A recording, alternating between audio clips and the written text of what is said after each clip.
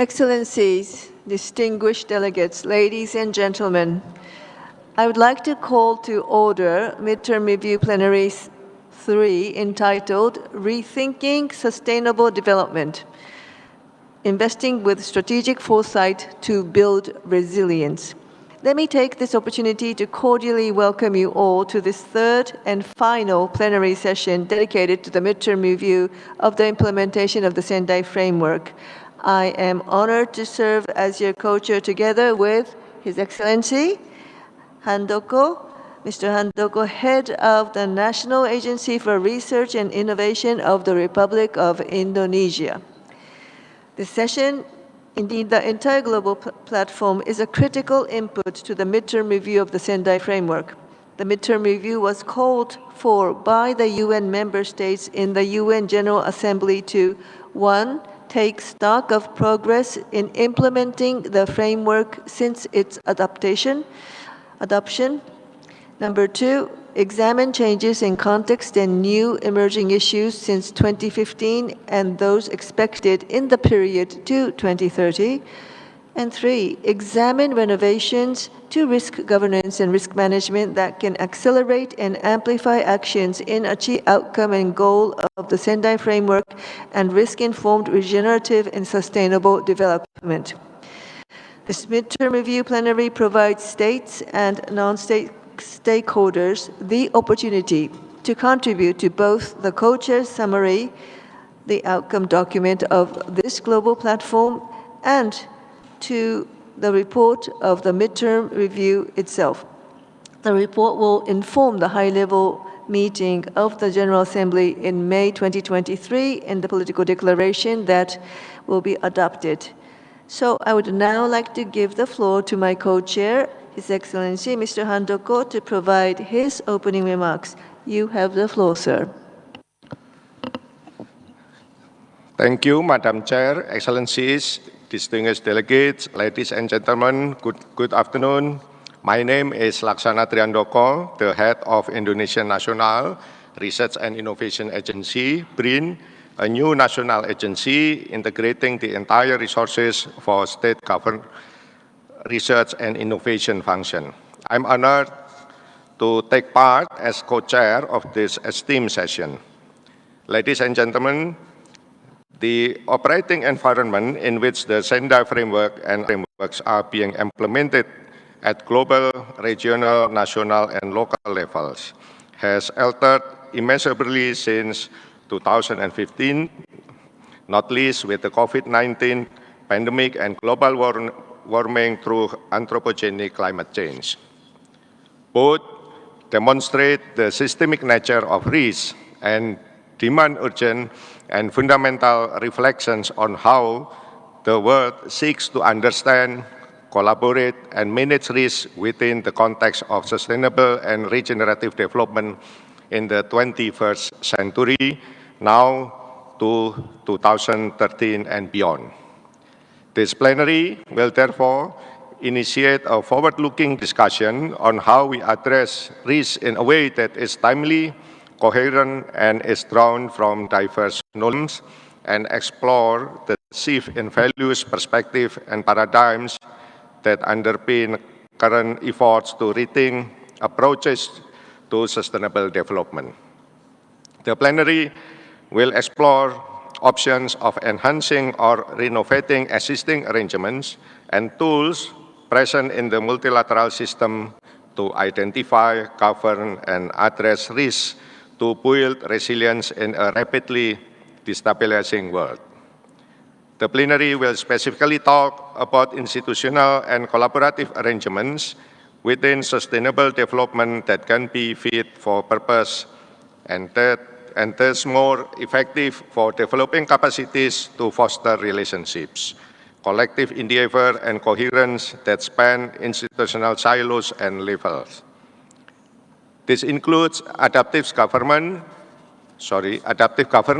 and dispersed coordination practices, inclusive novel partnerships composed of different sectors and actors working vertically and horizontally in an integrated manner, while continuing to strengthen the role of all stakeholders in decision-making through what we call as the of-state institutions and all-of-society approach. The discussions will focus on enhancing the effectiveness, accountability, and inclusivity of the multilateral system, including by addressing fragmentation, gridlock, and lack of agility and greater engagement of local communities. It will also consider suggestions on how to end the rigid laws that impede the address of critical issues and which contribute to risk governance and risk management approaches that promote divergence rather than convergence and coherence. As with the rapidly changing risk landscape and our understanding of it, the architecture, mechanisms, and approaches of risk governance and risk management at the international and national levels available to address these risks are also evolving. This brings both challenges and opportunities, and also contemporary policy measures and initiatives are moving in the direction of being more receptive to a more complex understanding of risk that more accurately depicts the interdependent relationship between the economy, environment, and society. Such risk reduction measures and initiatives, however, are often still hampered by aspects of sectorization, departmentalization, and artificial separation by mandate, which can result in, for example, structural inefficiencies or a lack of public trust when multiple perspectives and the contextual agency of local communities are not adequately incorporated. Such measures and initiatives often also fall short of accounting for the scope of risk and hazards highlighted in the Sendai Framework, often do not consider scenarios for catastrophic risk nor invest adequately in flexibility to enable pre-adaptive capacity. Within this context, reform and realignment are imperative. For this midterm plenary 3, we have 6 questions to guide our deliberations today. The first one is, how has the Sendai Framework, together with other landmark UN agreements such as the 2013 Agenda, the Paris Agreement, the New Urban Agenda, the Aichi targets, and the Convention on Biological Diversity, contributed to shift towards risk-informed sustainable development and associated transformations, including of the multilateral system? The second, what does effective multilateral risk governance and risk management look like? The third one, how can the UN system be fit for purpose to better support this? The fourth one, how can this be systematically informed by multiple diverse knowledge systems, including conventional science and indigenous, local, and traditional knowledge systems? And the fifth one is, how can the multilateral sustainable development coordination and support architecture better understand, incorporate, and thus effectively address risk, inspire activity and support of the global commons, and deliver public goods? And the last one, in pursuing informed sustainable development, how can the strategic foresight and global risk report proposed by the UN Secretary General, the UNDRR Global Assessment Report, and the Global Sustainable Development Report be better aligned? How can these reports be better informed by, inter alia, the Global Biodiversity Outlook, the IPCC Assessment Reports, and the Global Environmental Outlook? I would now like to give the floor to my co-chair, Madam Mitsutori, Special Representative of the Secretary General for Disaster Risk Reduction. You have the floor, Madam. Thank you. I thank the head of the National Agency for Research and Innovation for his opening remarks. The midterm review plenaries are open to all participants of the global platform. Member states and representatives of stakeholder groups are invited to provide your perspective on progress on respective themes since the adoption of the Sendai Framework in 2015, identifying lessons learned and recommendations for action, solutions in the period to 2030 in pursuing the outcome and goals of the framework. Specific insights from the perspective of your country, region, domain, constituency, organizations are encouraged. I thank all those participants who have pre-registered for your planned intervention. We have received many. Thank you. Please prepare your intervention on the basis of the provisional speakers list published and the webpage and according to the instructions provided.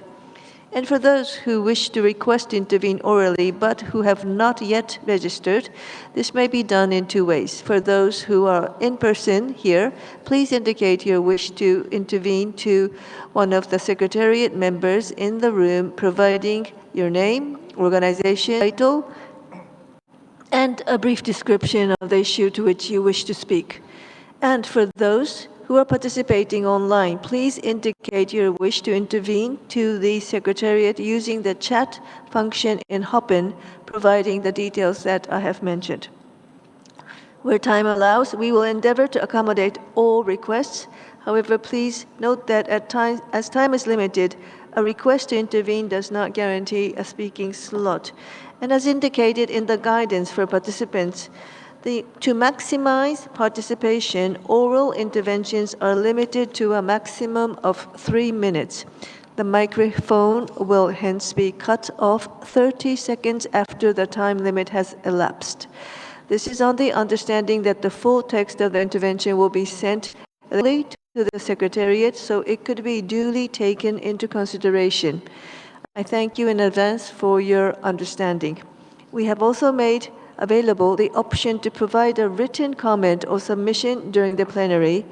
In addition to the midterm review email, these can be provided by virtual participants using the online chat function in Hopin and by in-room participants using the Slido app. All written submissions may be considered in the report of the plenary session and may be considered as input to the midterm review. I look forward to fruitful exchanges and now open the plenary discussion. So, I would now like to give the floor to Ms. Usha Rao Monari, Under Secretary General and Associate Administrator of the United Nations Development Program, her keynote address to this plenary to be delivered through a pre-recorded video. Please play the video. Special Representative of the UN Secretary General for Disaster Risk Reduction, Coordinating Minister for Economy of the Republic of Indonesia. Excellencies, ladies and gentlemen, 4 key climate change indicators, greenhouse gas concentrations, sea level rise, ocean heat, and ocean acidification set new records in 2021. This is amongst the stark findings of the new report by the World Meteorological Organization, WMO. Remarkably, some 90% of disasters are weather and climate related. These disasters have a disproportionate effect on some of the world's poorest and most vulnerable countries and communities. Developing countries lose an average of 1% of GDP a year to disasters, compared to less than 0.3% in developed countries. The UN Office for Disaster Risk Reduction points out, the world could face more than one disaster every day without increased action on risk reduction. At the UNDP, we're working closely with partners from the UN and beyond to drive action on risk reduction in 3 key areas. First, we're helping governments at both central levels to use innovative mechanisms, including new data collection and analysis tools. This will boost their ability to anticipate risk trends and emerging crises. For instance, UNDP's Digital Solutions for Governing Systemic Risks project is supporting Philippines, Nepal, and Sri Lanka to strengthen their data governance and digitalization capacities to boost disaster risk reduction. It also aims to roll out solutions to close the digital divide. Or looked at Bosnia and Herzegovina, where UNDP helped the disaster risk analysis system. This online tool is providing vital information on multiple hazards, helping to enhance disaster risk awareness amongst decision makers and citizens. Second, we're helping to drive structural transformation to build resilience to disasters. In countries like Fiji, Solomon Islands, Tonga, Tuvalu, and Vanuatu, the UNDP Governance for Resilient Development project is working to achieve more effective disaster risk reduction outcomes. That is being achieved through climate-related investments that aim to address the core drivers of vulnerability to climate change. We also worked in the Caribbean, where UNDP supported 5 countries to strengthen their early warning systems. Third, we're ensuring that no one is left behind in our approach to disaster risk reduction. In Bangladesh, for example, UNDP supported a disability and gender-inclusive early warning and preparedness program for floods. It has developed location-specific models that helps people to take early action. In all of our work, UNDP relies on the close support of our partners from the UN system, private sector, and civil society. In this respect, the UN Common Guidance on helping build resilient societies is playing a vital role. It's helping to more closely coordinate the various strands of the UN's support to governments on resilience building. As a result, countries like Namibia have adopted a broader climate and disaster resilience approach rather than focusing the strategy on single disaster risks. The Sendai Midterm Review offers us an opportunity to reflect on a number of key areas. That includes what course corrections we need to make during the remaining duration of the Sendai Framework. We must also explore new ways to scale up finance and innovation to help some of the world's most vulnerable communities to adapt and build resilience to the growing impacts of climate change. Excellencies, ladies and gentlemen, at this now or never moment for decisive climate action, the Sendai Framework continues to spur global action by countries and communities to reduce the risk of disasters, a vital part of our efforts to reach the Sustainable Development Goals. In this respect, please continue to rely on the support of UNDP and the UN system. I thank you. I thank the Associate Administrator of the UNDP for her excellent address, which ideally sets the context for this session. Now, consistent with the guiding principles of the Sendai Framework, we are keen to ensure the maximum participation possible of both member states and non-state stakeholders in this plenary discussion. We will therefore invite interventions from the participants in so doing. I invite participants to please indicate to which guiding question or questions you are speaking to. So, I now give the floor to His Excellency Mr. Juan Cesaro Sala Rosario, President of the National Emergency Commission and Direct Civil Defense of Dominican Republic. Sir, the floor is yours.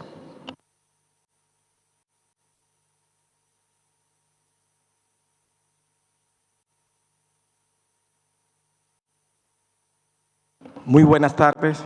Darles las gracias por permitirnos hacer presencia acá en este espacio tan importante. En la pregunta que tiene que ver cómo es la gobernanza y la gestión de riesgos multilaterales y su efectividad, quisiéramos iniciar estableciendo que solos podemos hacer muy poco, juntos podemos hacer mucho más. Actuando en conjunto se logra llevar a cabo acciones mucho más complicadas y más desafiantes para el crecimiento individual y colectivo. Desde nuestra experiencia en el Caribe, en República Dominicana, hemos estado impulsando la alianza estratégica a través de las redes comunitarias y esa gobernanza con las alcaldías es un punto fundamental para la comprensión de riesgo.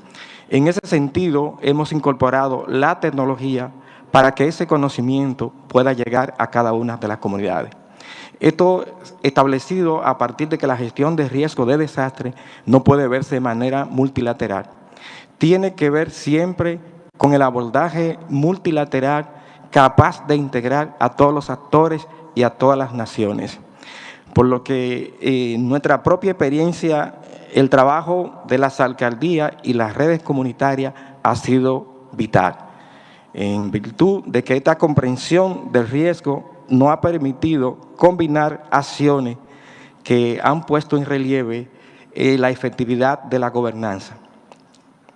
Quisiéramos establecer que de manera muy particular debiéramos ver la gestión de riesgo desde el punto de vista de la integración de los actores.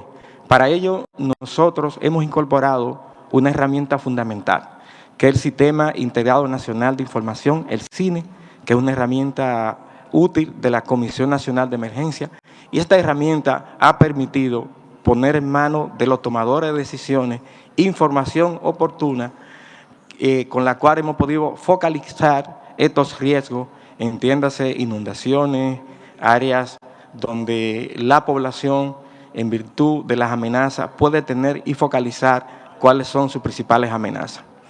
Desde el Caribe, nuestra posición, en virtud de que el trayecto del sol también es el trayecto de la tormenta y los huracanes, ha sido vital que estas acciones no se vean individual desde el Estado o de los organismos de socorro, en este caso Defensa Civil, sino que hemos logrado incorporar a la sociedad a través de sus fuerzas vivas, estas redes comunitarias, los sindicatos, las asociaciones de campesinos, es un elemento fundamental porque son ellos la primera respuesta en el plano local. A ello quisiéramos establecer muy puntual el elemento de que esta gobernanza, a partir de nuestro marco legal, nos deja una visión.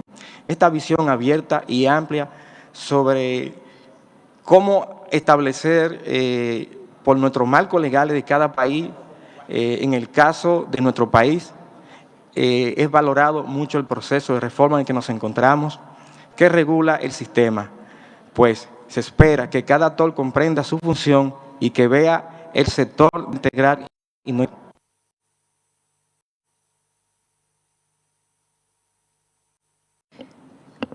I thank you for your intervention and now give the floor to His Excellency Antonio Garcia, Vice Minister of Foreign Affairs of Honduras. Sir, you have the floor. Thank you, Madam Co-Chair. Honduras es el país más afectado, de acuerdo al Global Climate Risk, en 20 años en el mundo. Por lo tanto, para nosotros este es un tema importantísimo. Con el COVID y los dos huracanes, el PIB en la región centroamericana sufrió una caída de muchos puntos y nos tomará de 2 a 8 años recuperarnos. Quiero resaltar que Centroamérica es la única región que cuenta con una política centroamericana de gestión integral de riesgo, la cual está armonizada con el marco del Sendai en el 2017 y que fue ratificada por los presidentes de Centroamérica y que se ha convertido en una ley. No es solamente un marco orientador, sino una ley que nos sirve de directriz obligatoria. Asimismo, con el apoyo del CEPREDENAC, se estableció el Plan Nacional de Gestión Integral de Riesgos en Honduras en el año del 2017 al 2030, armonizado con el marco del Sendai.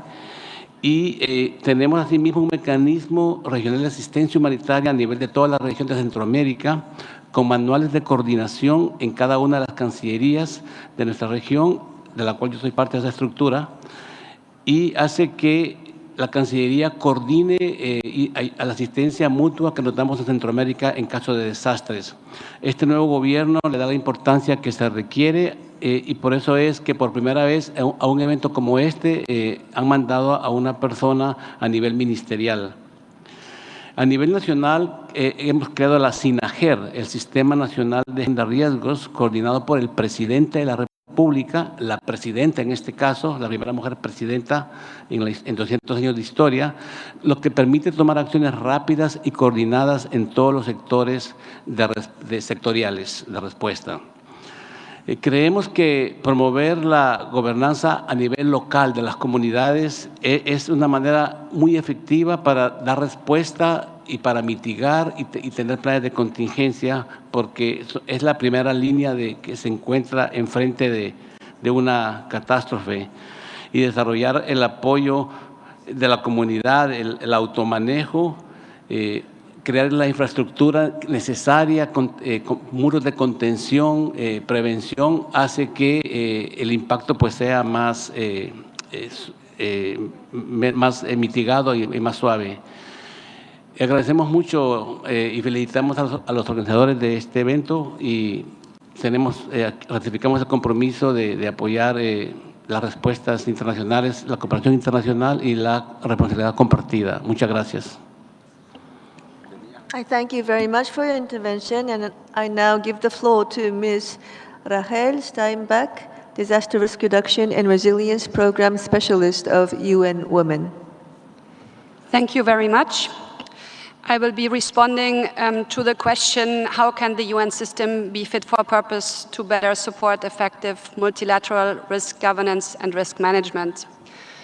Dear Excellencies, esteemed participants, and dear colleagues, on behalf of UN Women, I want to remind us all of the gender dimensions of disasters, including the disproportionate disaster and climate risks and its on women and girls in all their diversity.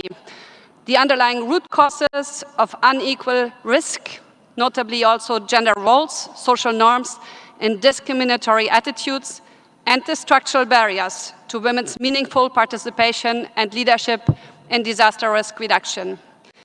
These lead to disproportionate loss of lives and livelihoods by women and girls as a result of disasters and climate change, and they undermine the resilience and sustainability of entire communities and countries. UN Women calls for leveraging the critical progress made during the recent Commission on the Status of Women, CSW 66, and opportunities presented by the ongoing midterm review to incorporate gender equality and the empowerment of women and girls in the review process.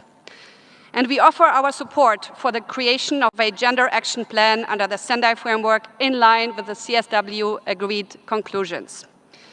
UN Women also calls for increased commitment to address the gender gaps in disaster risk reduction and strengthening gender-responsive and inclusive disaster risk reduction and recovery governance through systems-wide change.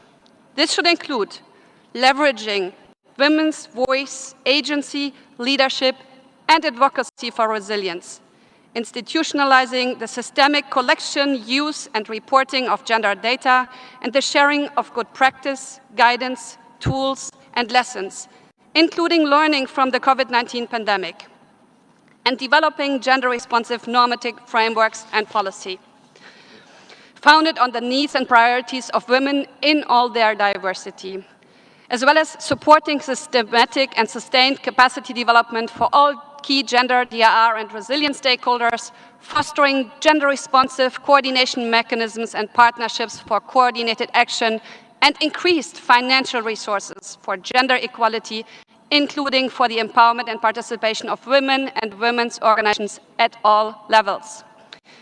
Together with our worldwide partners, our deeply appreciated UN sister agencies and our network of 500 women's organizations working on disaster risk reduction and climate resilience, UN Women supports system-wide change to address gender and inclusion gaps in global risk and resilience governance architecture and risk management systems. Our signature intervention, the Women's Resilience to Disasters Program, financed by the Government of Australia, is ensuring that the lives and livelihoods of women and girls are resilient to disasters and threats, and that local women leaders in climate and disaster resilience from across the globe have a seat in global normative processes and are supported, including at this important conference. UN Women recognizes that 2022 I thank you for your intervention and will now hand over the moderation to my co-chair. Floor is yours, sir. Thank you, Madam Chair, and all speakers for the excellent interventions. So now I would like to invite the representative from Philippines, His Excellency Mr. Robert Eric Borges, Vice Chairperson and Commissioner of the Climate Change Commission. So the floor is yours. Excellencies, thank you for giving the Philippines an opportunity to share our insights on sustainable development, and we want to answer item number 5. Now is the time to assess and reassess sustainable development, our commitment to them, and our individual and collective strategies on how these can be achieved. We do so in the context of climate change. The IPC raised code red for humanity. Climate change is real, and it is happening now. The Glasgow Pact calls us to act more urgently, but in terms of actions, where exactly do we stand right now? Excellencies, the Philippine experience is an ongoing tale of commitment compounded by the challenges of climate change. When the Duterte administration began in 2016, the directive was simple and fundamental: achieve a comfortable life for our people. To achieve the SDGs, the Philippines established institutional arrangements to mobilize and ensure adequate domestic and international resources for SDG programs. We put in place a system to track progress through the SDG Watch. We also invested heavily on climate change action. We scaled up national budget for climate change programs, activities, and projects. In fact, in 2019, our National Economic Development Authority stated that the Philippines was on track to achieve all SDGs by 2030. The Philippines was also on track to becoming an upper middle income economy by 2023. But the COVID-19 pandemic happened, and the series of severe typhoons cast an additional strain on our finite resources. Yet we remain unfazed. We are working hard, and indications are our economy is showing clear signs of growth. The OECD projects the Philippines to post the highest growth rate in Southeast Asia. But the problem remains: COVID-19, climate change, and now armed conflict beyond the region have become triple threats. This is a tale that's repeated in many developing countries, and this story cannot be repeated. We need to find a better ending. To do this, Excellencies, we must accelerate the momentum in the race against climate emergency and give it clear direction. We need to ensure that in a changing climate, the environment is revived, economies thrive, and humans more than just survive. Resilience is relational. We need to act against our silos, and we need better coordination and cooperation. At the core of climate change, governance is climate justice, and no one should be left behind. We must rethink our paradigm and focus firmly for the present and the future. More than build back better, the Philippines proposes that we build right at first sight. We have, after all, learned so many lessons in the past which are instructive and can help us minimize, if not avoid, disasters. To build right at first sight, we need to work smart, we need to have resources, and we need to anchor our policies and programs in climate science. To do this, we need to strengthen framework for cooperation and capacity building up to the smallest unit of governance. Build capacities that are country-driven and specific, up to the smallest villages. Intensify cooperation and transfer of science of disaster risk reduction and climate change adaptation. The international community needs to do this together. We cannot do it alone. Our call: unlock climate finance now. The clock is ticking. The future of the current and next generations are at stake. We need to be pragmatic, practical, and progressive. We are facing the most existential of threats. We should not allow these threats to define humanity and collective leadership as one of inaction. Let us act together now. Thank you. Thank you very much for your intervention. So now I give the floor to the representative from Portugal, Mr. Mario Monteiro, Integrated Rural Fire Management. So the floor is yours. Thank you.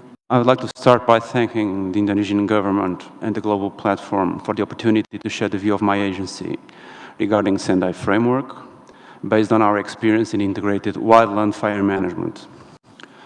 In the last decade, mega fires events destroyed lives, houses, and natural habitats, cornering and puzzling politicians, institutions, leaderships, and all professionals. In Portugal, we tragically learned this lesson in 2017. Since then, all our efforts converged into integrated fire management, as is no longer a niche or a subject for a few firefighters or landscape planners. As fire becomes a complex socio-ecological issue, it demands robust institutions, transparent and accountable procedures, and the permanent engagement of key stakeholders. It also demands a balanced budget between fuel treatments and action in a cohesive policy set. This means to cut silos culture, avoiding unintended consequences from cross-cutting public policies: agriculture, forestry, energy, environment, you name it. It also means the mobilization of different audiences and have their compromise enduring in time. Improving biodiversity, carbon sequestration, and healthy forests, and assuring that they are providing goods and services not to be vanished in smoke, means better wildland fire governance. These key issues that Sendai Framework addresses and that is followed in Portugal need to be further developed and transformed into concrete guidelines to better support the governance model and risk management of the growing threat of this hazard. An international framework for wildland fires is needed. This means identifying international best practices and actions that could materialize the Sendai principles in critical issues of the wildland fire governance, such as adequate risk perception at local level and risk evaluation. Are we accepting to lose? Bottom planning with priorities and necessary budget. National government funding commitment and delegation of funds management at regional level. This is a critical measure to build trust among stakeholders. Risk-informed regulatory decisions, rules to access funding conditioned to fire risk reduction measures and nature-based solutions. Bundling financing models oriented to cross-sectorial clusters of projects. Strong regulation of the sector with incentives that promote sustainability and higher income revenues for forest and rural property owners. Acceleration of the change process based on local initiatives with experimentation, namely towards better fire-adapted communities. Knowledge database on wildland fires. Knowledge transfer by selection of the relevant investigation funding being decided by local communities. Scaling up, which implies articulation of communities and municipalities on a scale proper to wildland fire. Increasing international cooperation in prevention and suppression with common taxonomy and standard procedures. In short, the multilateral and interdisciplinary work necessary to materialize these measures shall be articulated with Sendai Framework to promote a guiding model for action in wildland fires. An international framework for wildland fires is one piece. Thank you. Thank you very much for your intervention. So now I give the floor to the representative from Italy, Mr. Alessandro Attolico, the Executive Director of the Territorial Planning and Civil Protection Office at the province of Potenza. So floor is yours. Thank you. I will address the question number 2 regarding multilateral governance. First of all, let me extend my gratitude to UNDRR and government of Indonesia for having provided me the chance to contribute on the Sendai Framework Midterm Review by sharing these views coming from years of experience gained on the field, working in a very committed local government. I represent the province of Potenza. The province of Potenza in Italy is an Italian subnational local government whose authority is performed also by working in coordination with 100 small and very small municipalities. Due to the strong commitment demonstrated in the past 20 years in disaster risk reduction, disaster risk management, and resilience in development, the province of Potenza has been appointed as a resilience hub in the Making Cities Resilient 2030 initiatives. So with a local authority perspective, firstly, I would highlight the need of a strong improvement of multilateral, horizontal, vertical governance, especially related to disaster resilience. Resilience is mainly a government issue, and governments must be fully aware of their responsibilities and able to accomplish their duties. The first improvement regards the role to play. Tangible and concrete actions are needed take place at the very local scale. The approach should be from national strategies to local actions. This means the need to boost empowerment of local governments even more.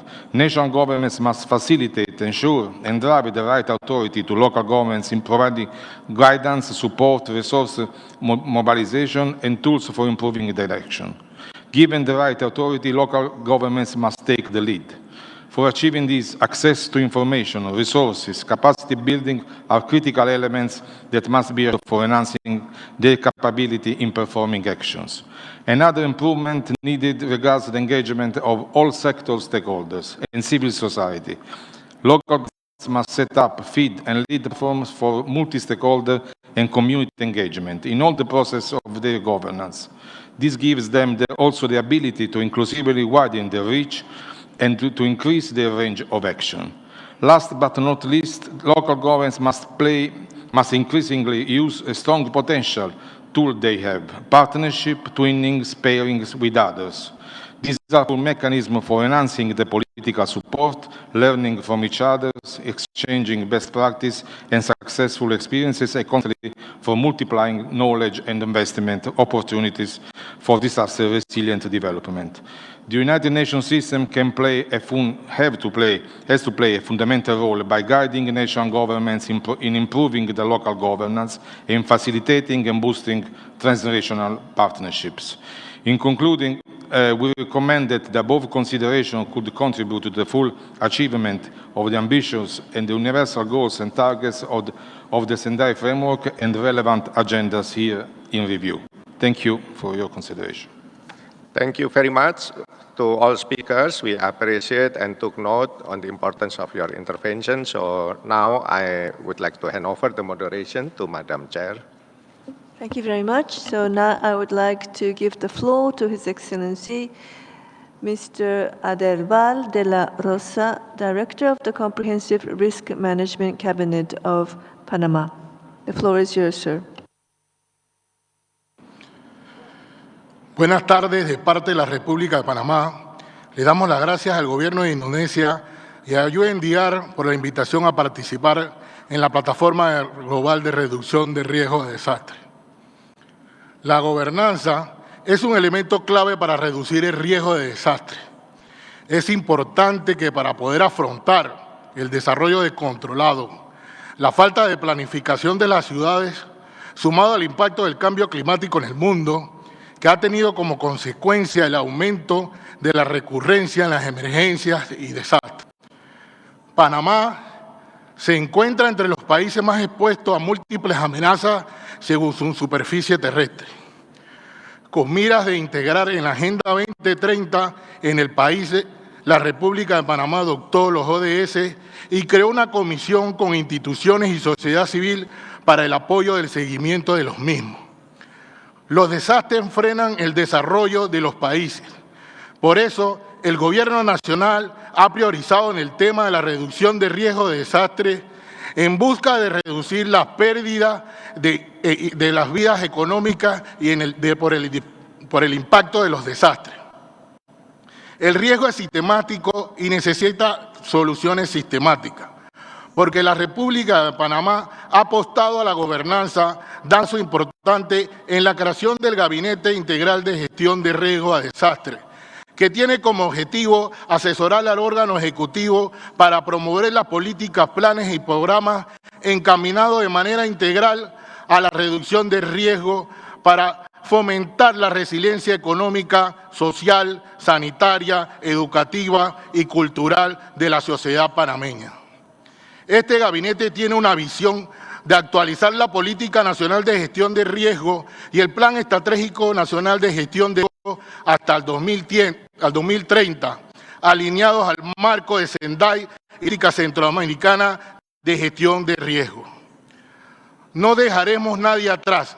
Es por eso que hemos tomado en cuenta a las poblaciones más vulnerables, sumando a las personas con discapacidad, a las mujeres y a nuestros pueblos originarios. Como un modelo participativo y consultivo de trabajo, hemos incorporado a los gobiernos locales, empresa privada, sociedad civil, organismos, ONG, para que puedan aportar a la formulación de estos documentos en busca de ser un país más resiliente. Muchas gracias. I thank you for your intervention and would now like to give the floor to Mr. James Gilling, First Assistant Secretary of the Humanitarian and Partnerships Division of the Department of Foreign Affairs and Trade of Australia. Sir, you have the floor.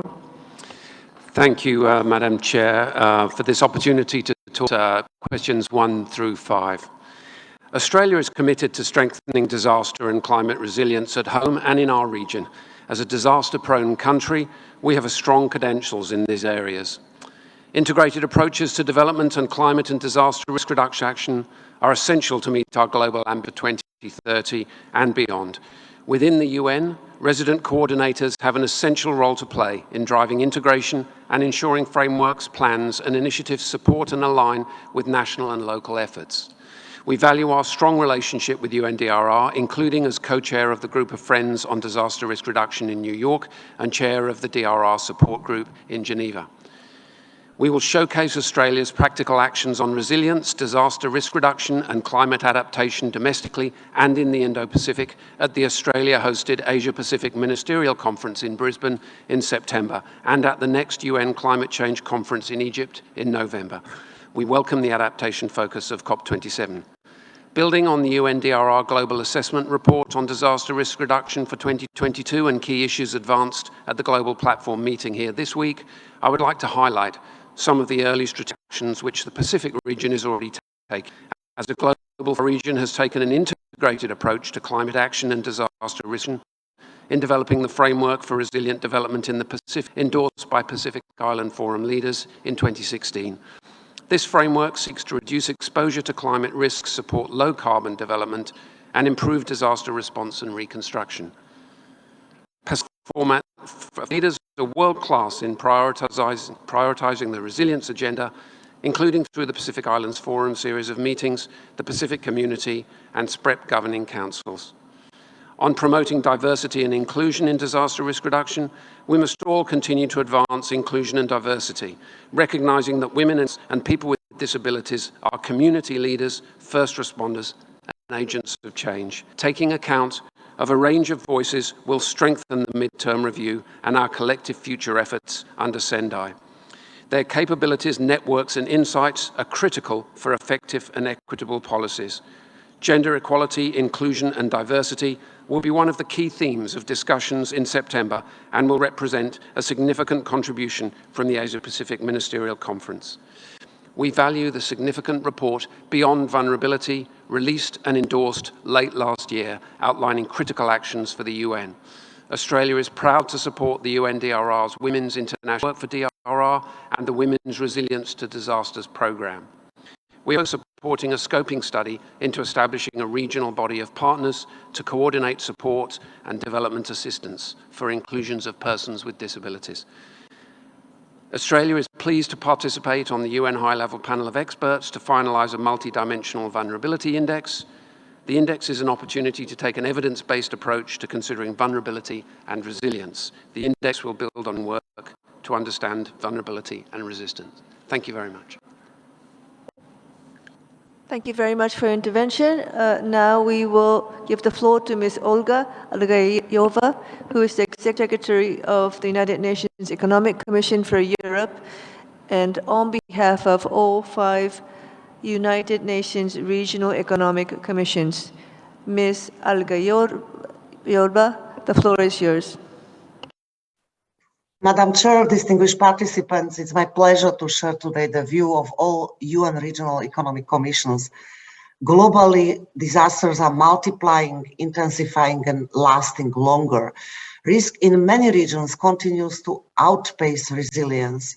Climate change affects more people and causes more environmental and economic damage every day. We have to increase efforts to achieve climate breakthrough instead of climate breakdown. We need to make use of the UN collective capacity to better anticipate, prevent, and prepare to respond to national, regional, and large-scale global crises. This requires strengthening and interlinking existing legal frameworks, improving and sharing data and tools for better anticipating and managing risks, including a strong foresight capacity and proper financing. Financing solutions need to support poor and marginalized communities. Those are disproportionately affected by disasters and bear the bulk of recovery, despite having contributed least to some of the hazards. The Africa risk capacity, for example, enables countries in the African Union to access rapid and predictable financing when a disaster strikes. The UN system needs to adjust to the changed realities and strengthen to become better fit for purpose along 3 key avenues. First of all, the Sendai Framework should be more closely connected with other global agendas, including the Paris Agreement, the CBD, the New Urban Agenda, and of course, Agenda 2030. And in line with our common agenda, risk should be addressed as part of every decision, policy, investment, and budget. Secondly, we need to strengthen learning and knowledge exchange to leverage the vast and varying experiences within and across our regions.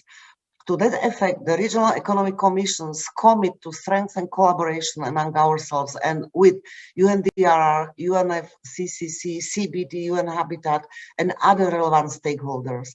There are many seeds of excellent collaboration worth building upon. ECLAC, for example, has trained both ECA and ESQA in its damage and losses assessment methodology.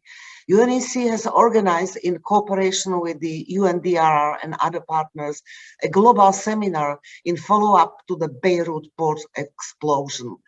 Third, and certainly not least, we need to make better use of the reform regional UN system, pursuing two avenues: more consistently addressing resilience building throughout the issue-based coalitions and strengthening the interlinkages among them. Simultaneously capitalizing on the role of the resident coordinators in fostering coherent multi-hazard DRR interventions on the ground with active engagement of UN country teams.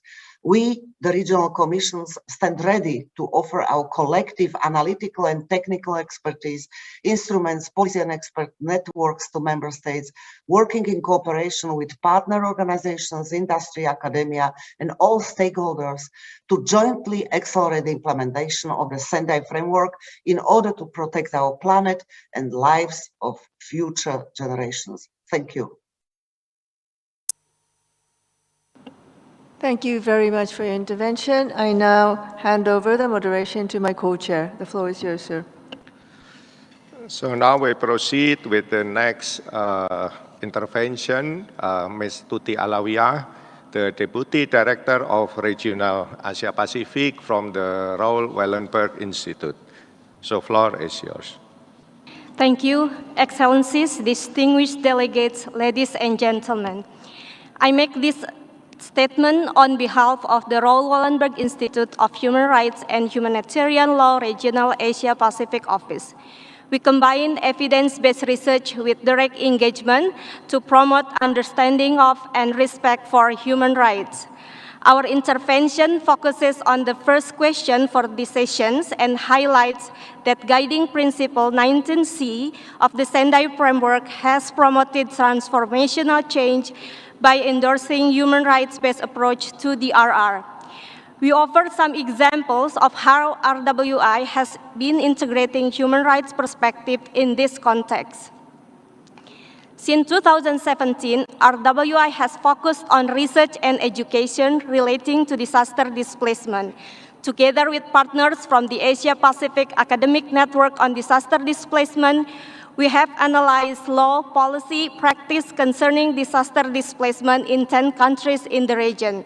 Building on this research, we collaborated with universities in Thailand, Bangladesh, the Philippines, and Indonesia to develop a blended learning course that brings together national and local government officials, academics, and civil society actors to engage with disaster displacement from human rights perspective. We promote the systematic human rights-based integration of disaster displacement into development, DRR, and climate change law, policy, and practice in multi-level, multi-stakeholder, and multi-sectoral perspective.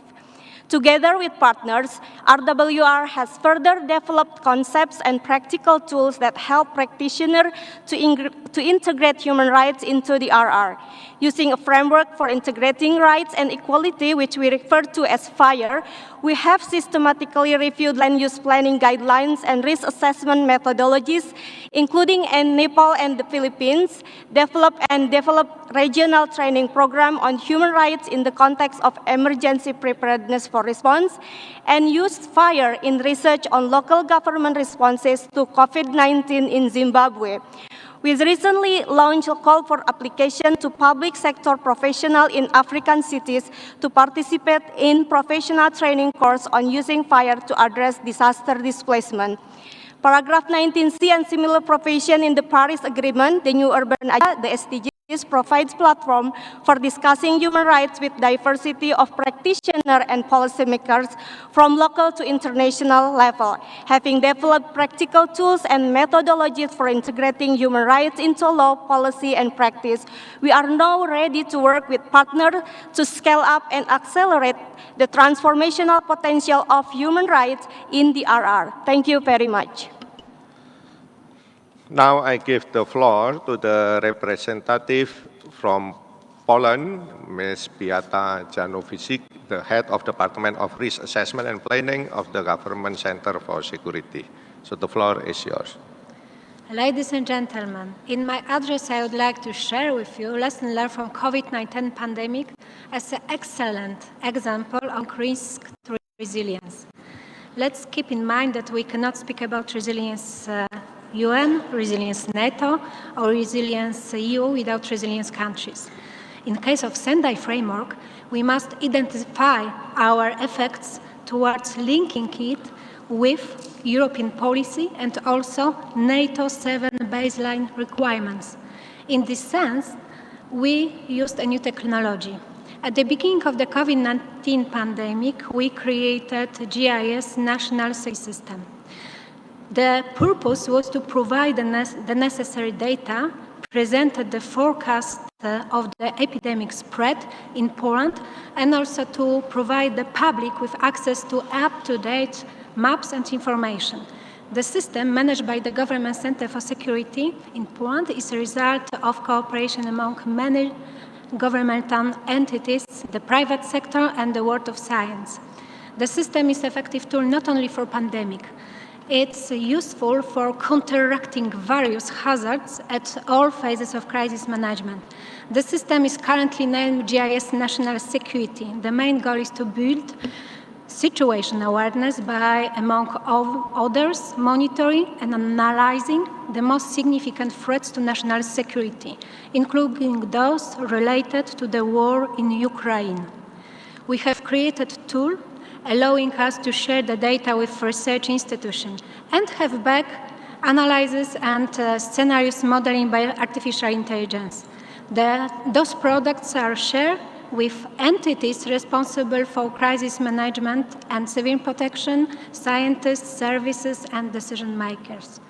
We are planning to use those tools to create database for losses caused by disaster to report it to Sendai Framework Monitor. This is also a platform integrated different services in one place. Satellite image, data collected by drones, and other maps for our early warning system, and to build threat awareness among decision makers. To conclude, it's a platform integrating data from all ministers, all central office, private sector, and for example, critical infrastructure and influence sector. Mentioned elements are intended to support implementation on 4 priorities of Sendai Framework. Pandemic is not only the challenge, it's an opportunity to move from risk to resilience. The crucial is to focus on a new technology. Moreover, we should acting locally, but thinking globally. That's why platform for DRR is especially important, looking towards threats that lie ahead of all of us. Thank you. Thank you very much for your intervention. So I now give the floor to Mr. Sukri Ahmed, the Deputy Director, the Office of Emergencies and Resilience from Food and Agriculture Organization. The floor is yours. Thank you, Chair. General contributions to questions 1 and 3.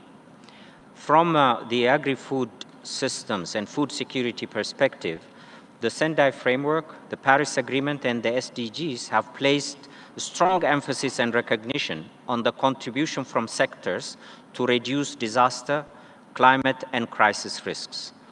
The 3 global frameworks are mutually reinforcing one another to build multi-risk resilience within and across sectors through the adoption of a comprehensive risk management approach.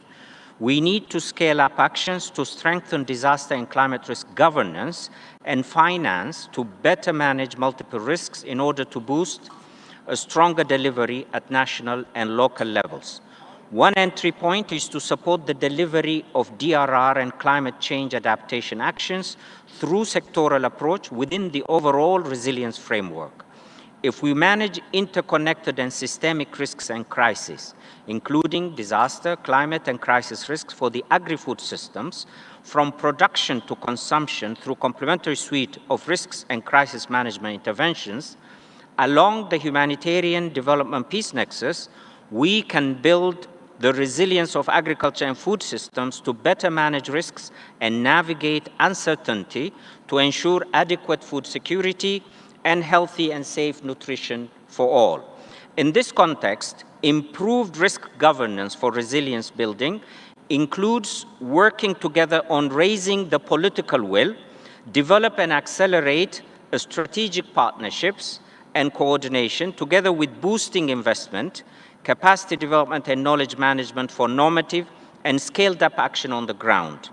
The UN system needs to walk the talk of the UN reform through the strengthening of the UN country teams' capacities as catalyzers to develop more coherent and integrated DRR and climate actions within the UN system to better support countries to realize their DRR and climate change adaptation commitments. This can be done through the development of risk-informed common country analysis and the UN Sustainable Development Cooperation Frameworks, the rolling out of the UN Common Guidance on Resilience, and the implementation of joint UN DRR CCA programming, applying multi-risk resilience programming lens through dedicated joint funds such as the SDGs funds. I thank you for your attention. Thank you for your intervention. So I now hand over the moderation to Madam Chair. Thank you very much. I now give the floor to Mr. Christopher Decky, Director, Global Advocacy and Engagement of SLOCAT Partnership on Sustainable Low Carbon Transport. Sir, the floor is yours.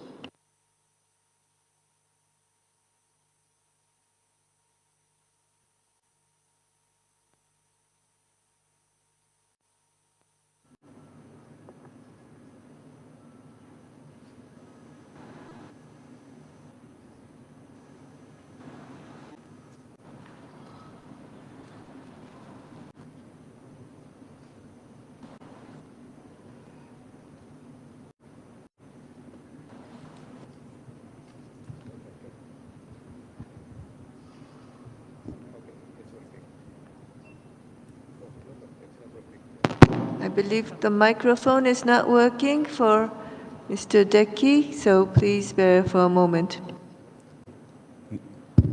Okay, I have a working one now. Thank you so much, Madam Chair.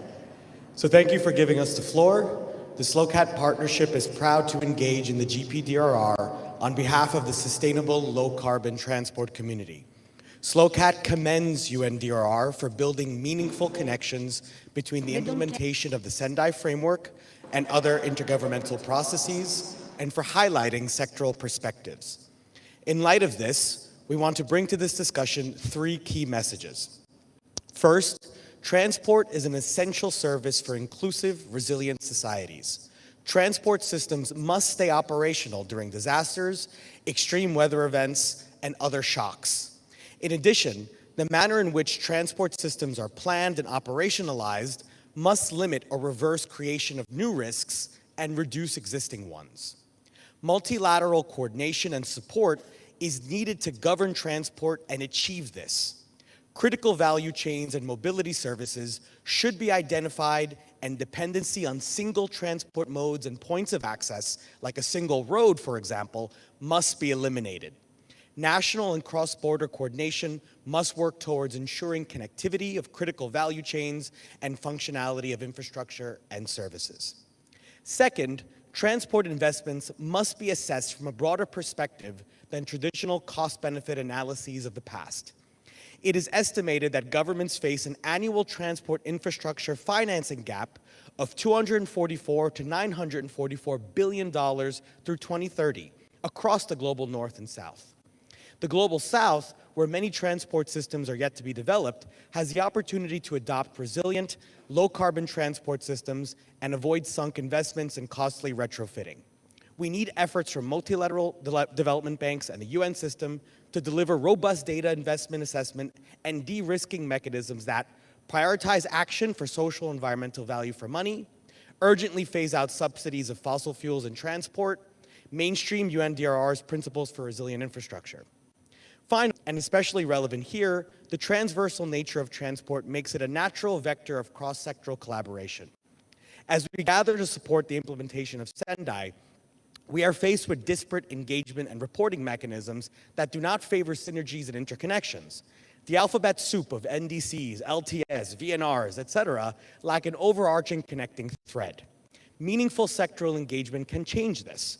For example, transport provides tangible connections with energy, especially in the context of transport electrification and impacts on energy systems, and with health, where active mobility in public transport can enhance air quality and promote healthy lifestyles. SLOCAT is here to support. We carry out technical assessments across reporting mechanisms of the 2030 Agenda, the Paris Agreement, and others. We are also the official point for the engagement of the transport sector in the UNFCCC. SLOCAT will continue to leverage its position across processes to support UNDRR, and more than ever, the multilateral system must reorganize itself to regain the trust of people. Thank you very much. Thank you very much for your intervention. Now I'd like to give the floor to Mr. Andi Eka Sakya, Senior Engineer at the National Agency for Research and Innovation of Indonesia. Sir, the floor is yours. Thank you, co-chairs, UNDRR and Indonesia government for having facilitated this esteemed plenary. I'm referring my interventions to questions 3, 4, and 5. Poor and disadvantaged communities in low-lying and coastal delta plains, including those in small, remote, and outermost islands, remain the most vulnerable group to the ocean-related hazard like tsunami, storm surge, flash flood, torrential rains, sea level rise, and other ocean hazards. These have resulted in the increasing annual average number of disaster victims in 2021, which not surprisingly is dominated by hydrometeorological disaster, something which may be attributed to the rising global temperature that exacerbated by climate change. In that regard, we acknowledge countries that do not have sufficient capacities for multi-hazard early warning system will be even more severely affected. Facing such a high physical, socio-economic, culture, and geographical diversity, and including the extreme size and scale, difference of the land masses have all made the configurations of an archipelagic country like Indonesia and those of small island developing state require a specific and tailored ocean-based approach in risk reductions and resilience building. In this regard, the existing global conventions and norms related to disaster risk reductions and relevant resilience development need to be further tailored to suit the needs and features of such archipelagic and small island states. Future thinking is necessary to anticipate the systemic, interconnected, nonlinear, and uncertainties risks that might overcome in the future. Thus, strengthening the hybrid measure that consists of nature-based solution, innovation and technology will play a critical role in the future. Recognizing that, Indonesia perceives that the present midterm review is the appropriate and critical time to introduce the resilience nexus approach with a maritime perspective, and the United Nations Decade of Ocean Science is a perfect vehicle. I thank you, Co-Chair. Thank you very much for your intervention. Now I would like to give the floor to Ms. Sofia Schutlak, Legal Analyst at Right to Protection. Madam, you have the floor. Thank you. Excellencies, ladies and gentlemen, I have the honor to read the statement from behalf of Right to Protection, NGO from Ukraine.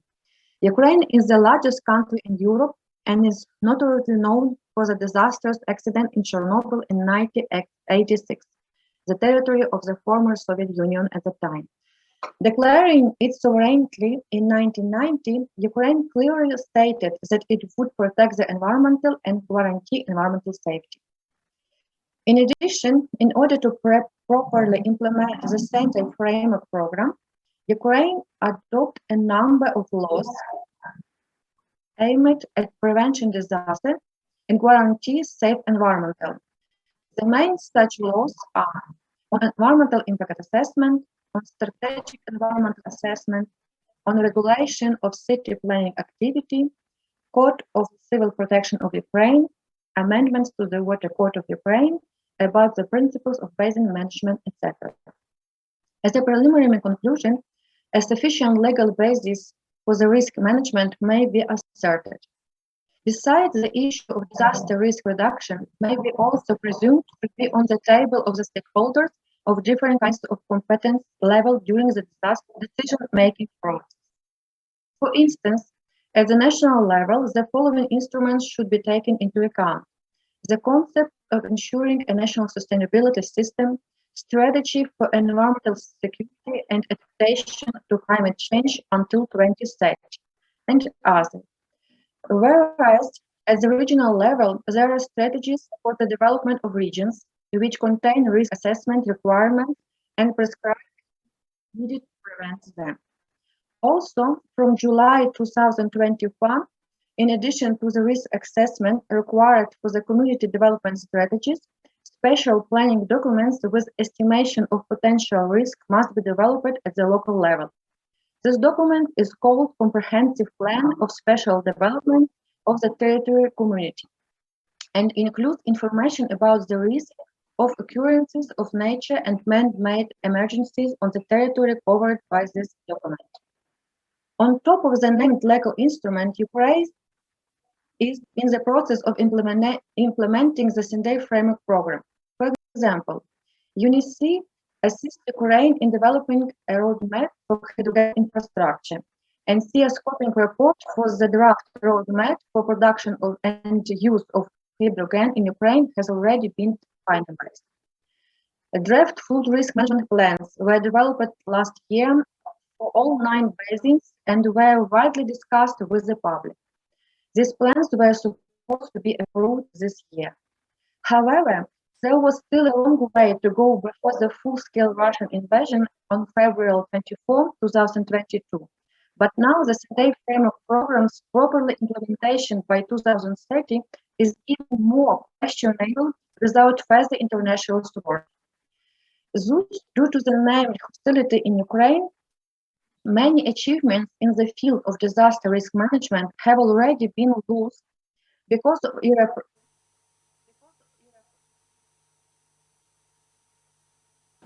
I thank you for your intervention, and now I would like to hand over the moderation to my co-chair. Thank you. So I now give the floor to the representative from Timor-Leste, His Excellency Mr. Joaquim Guzman Martins, the Secretary of State for Civil Protection. So the floor is yours.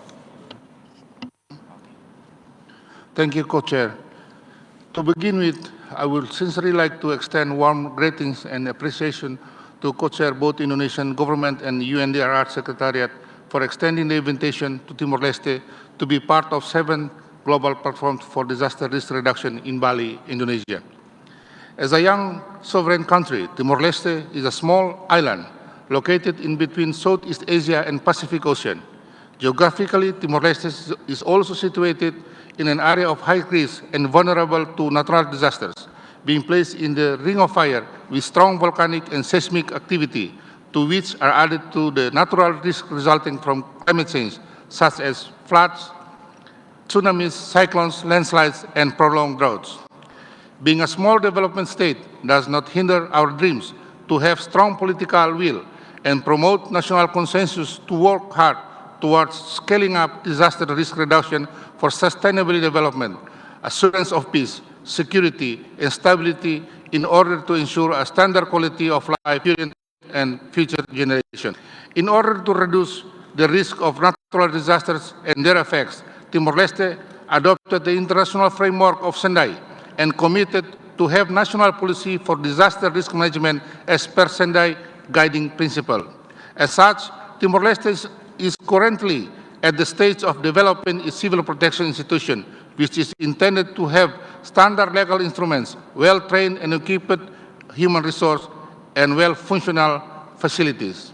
As such, the institutional growth of Timor-Leste civil protection is well integrated in terms of operational system and facilities in response to effective mitigation and prevention of any natural disasters or catastrophe.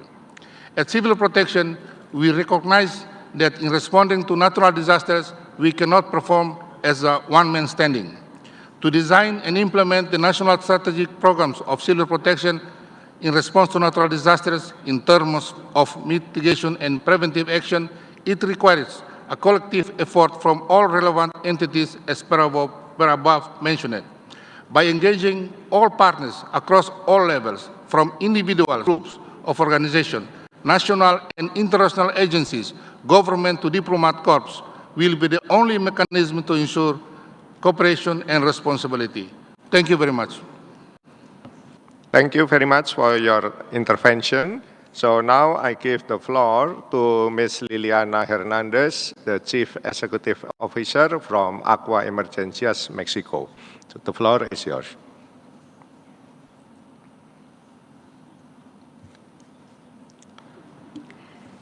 Thank you for this opportunity to participate, which is of vital importance for us Latin women. And these 7 give us the space to create and push for inclusion, not just women, and push for others also. Voy a contestar la pregunta 2 y 3. Y quiero hacer un llamado a la creación de gobernanzas y políticas desde nosotras y para nosotras, las mujeres y las niñas. In my country, every day, 11 women disappear and 7 more are killed. Es momento de parar y mirar esto y mirar el valor que tenemos y aumentar nuestro poder en el inicio de la cadena preventiva, ya que somos el pilar para desarrollar una sociedad resiliente. Hagamos hoy un balance de esta aplicación en el marco de Latinoamérica y en mi país, donde la mujer es un eje de acción y creación de una sociedad sostenible y resiliente.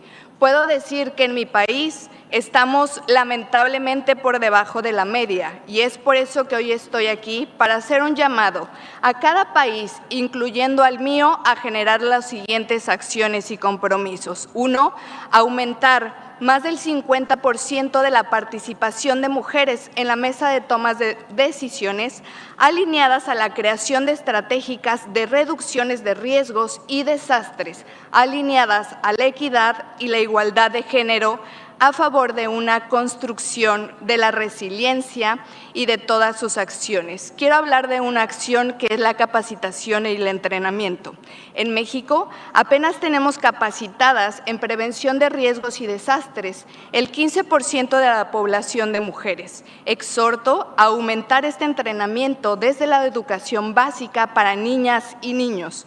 Para jóvenes y adultas, también invertir en una capacitación preventiva y una capacitación integral para su desarrollo y empoderamiento. Pongámonos como meta aumentar los entrenamientos a la población por lo menos en un 10% anual.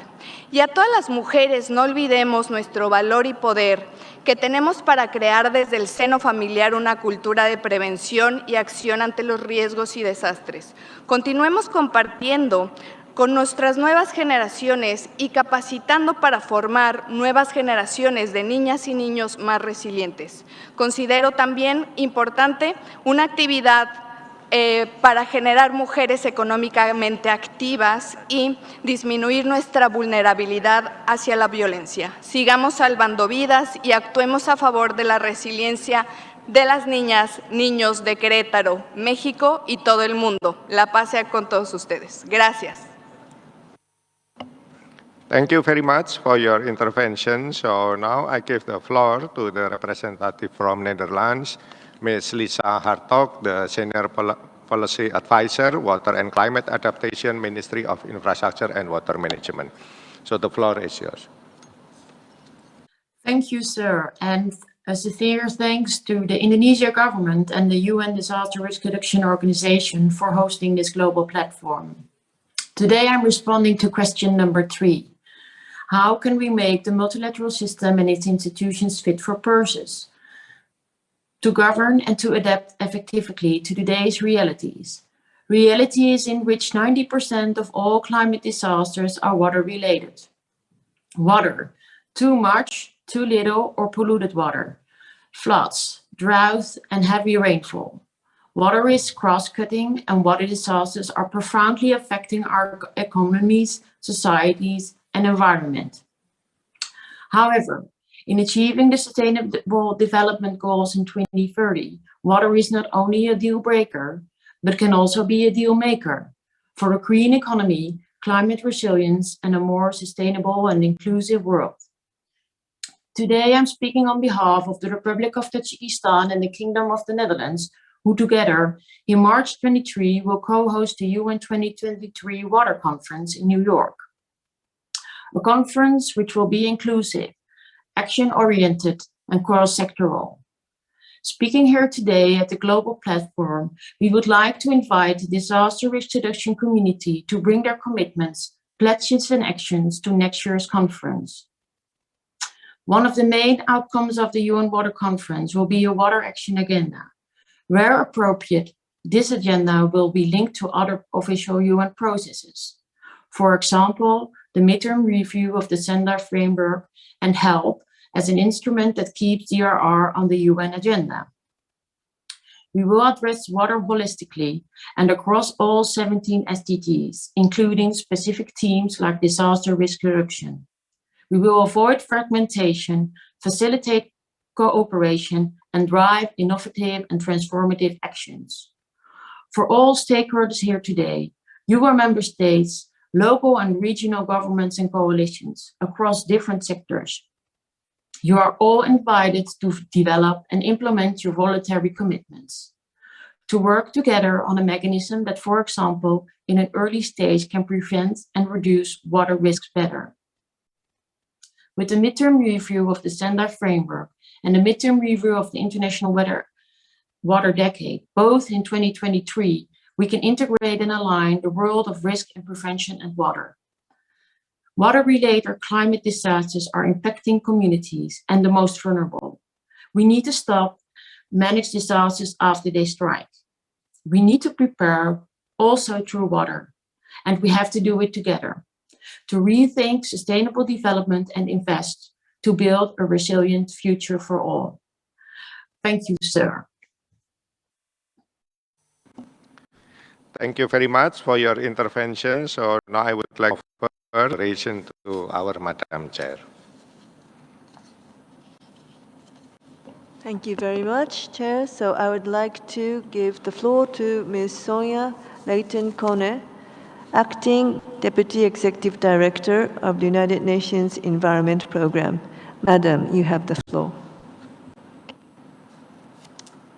Chair, distinguished delegates and participants, good afternoon. First, I would like to thank the government of Indonesia for hosting a very successful global platform on disaster risk reduction, which has come with its unique challenges in the context of the COVID-19 pandemic. I also wish to thank the UN Office for Disaster Risk Reduction for organizing this conference and plenary session on the midterm review of the Sendai Framework. Ecosystem degradation and biodiversity loss are widely acknowledged as underlying drivers of disaster risk. We are also recognizing that our current global crises, climate change, biodiversity loss, and the COVID-19 pandemic are closely interlinked, and it is our relationship with nature that acts as a common factor. This year's UN Environment Assembly in March 2022 adopted a resolution on nature-based solutions. These are ecosystem-based approaches that allow us to adapt to climate change and reduce disaster risks. Now that we have a UN definition of nature-based solutions, we can develop a common understanding of our aim, mutually reinforce what we do, track our progress, and assess the impacts of our collective efforts. The latest IPCC report and the Rio Conventions provide additional platforms through which biodiversity and ecosystem-based approaches may be promoted to contribute towards enhancing disaster and climate resilience.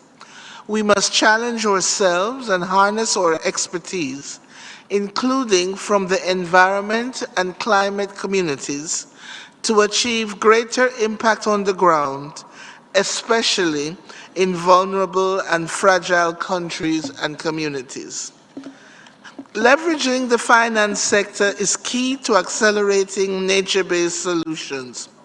UNEP's State of Finance for Nature report estimates the nature-based solutions finance gap to be about $4.1 trillion by 2050.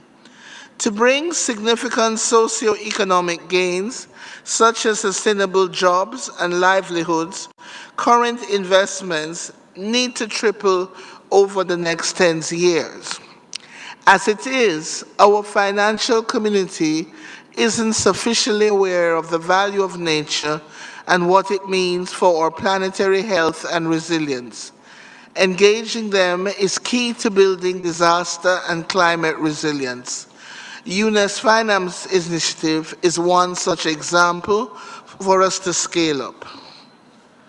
Under the Sendai Framework, member states have the possibility to report on green infrastructure under targets C and D, as well as under the customized target indicators of the framework.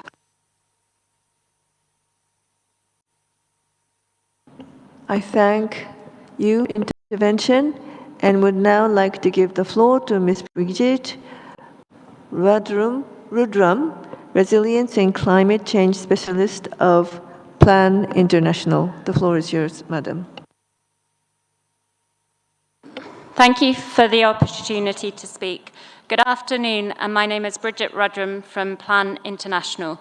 I'm speaking on behalf of the Children in a Changing Climate Coalition, GADRES, the Global Alliance for DRR and Resilience in Education Systems, and the Protection, Gender, Inclusion and Anticipatory Action Working Group at the Anticipation Hub. We would like to collectively call for the inclusive, meaningful and gender equal participation of children and youth in the implementation and monitoring of the Sendai Framework priorities. This is in line with the key messages delivered by the UN Major Group for Children and Youth statement. As Plan International, we call specifically for the meaningful participation of girls and young women in the implementation and monitoring of the Sendai Framework priorities, acting upon the specific disaster and climate change impacts they experience to existing societal inequalities and barriers they face.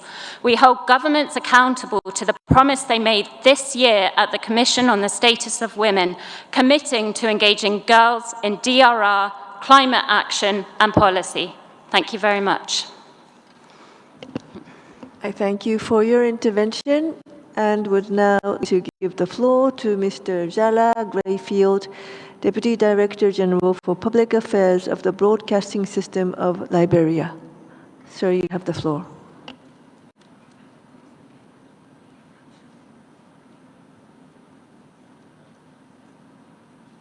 Okay. Perhaps Mr. Grayfield may have vacated his seat for a while, so now I would like to give the floor to Ms. Sharon Bhagwan-Rose, Regional Manager, Lifting the Power Coalition Pacific. The floor is yours, Madam.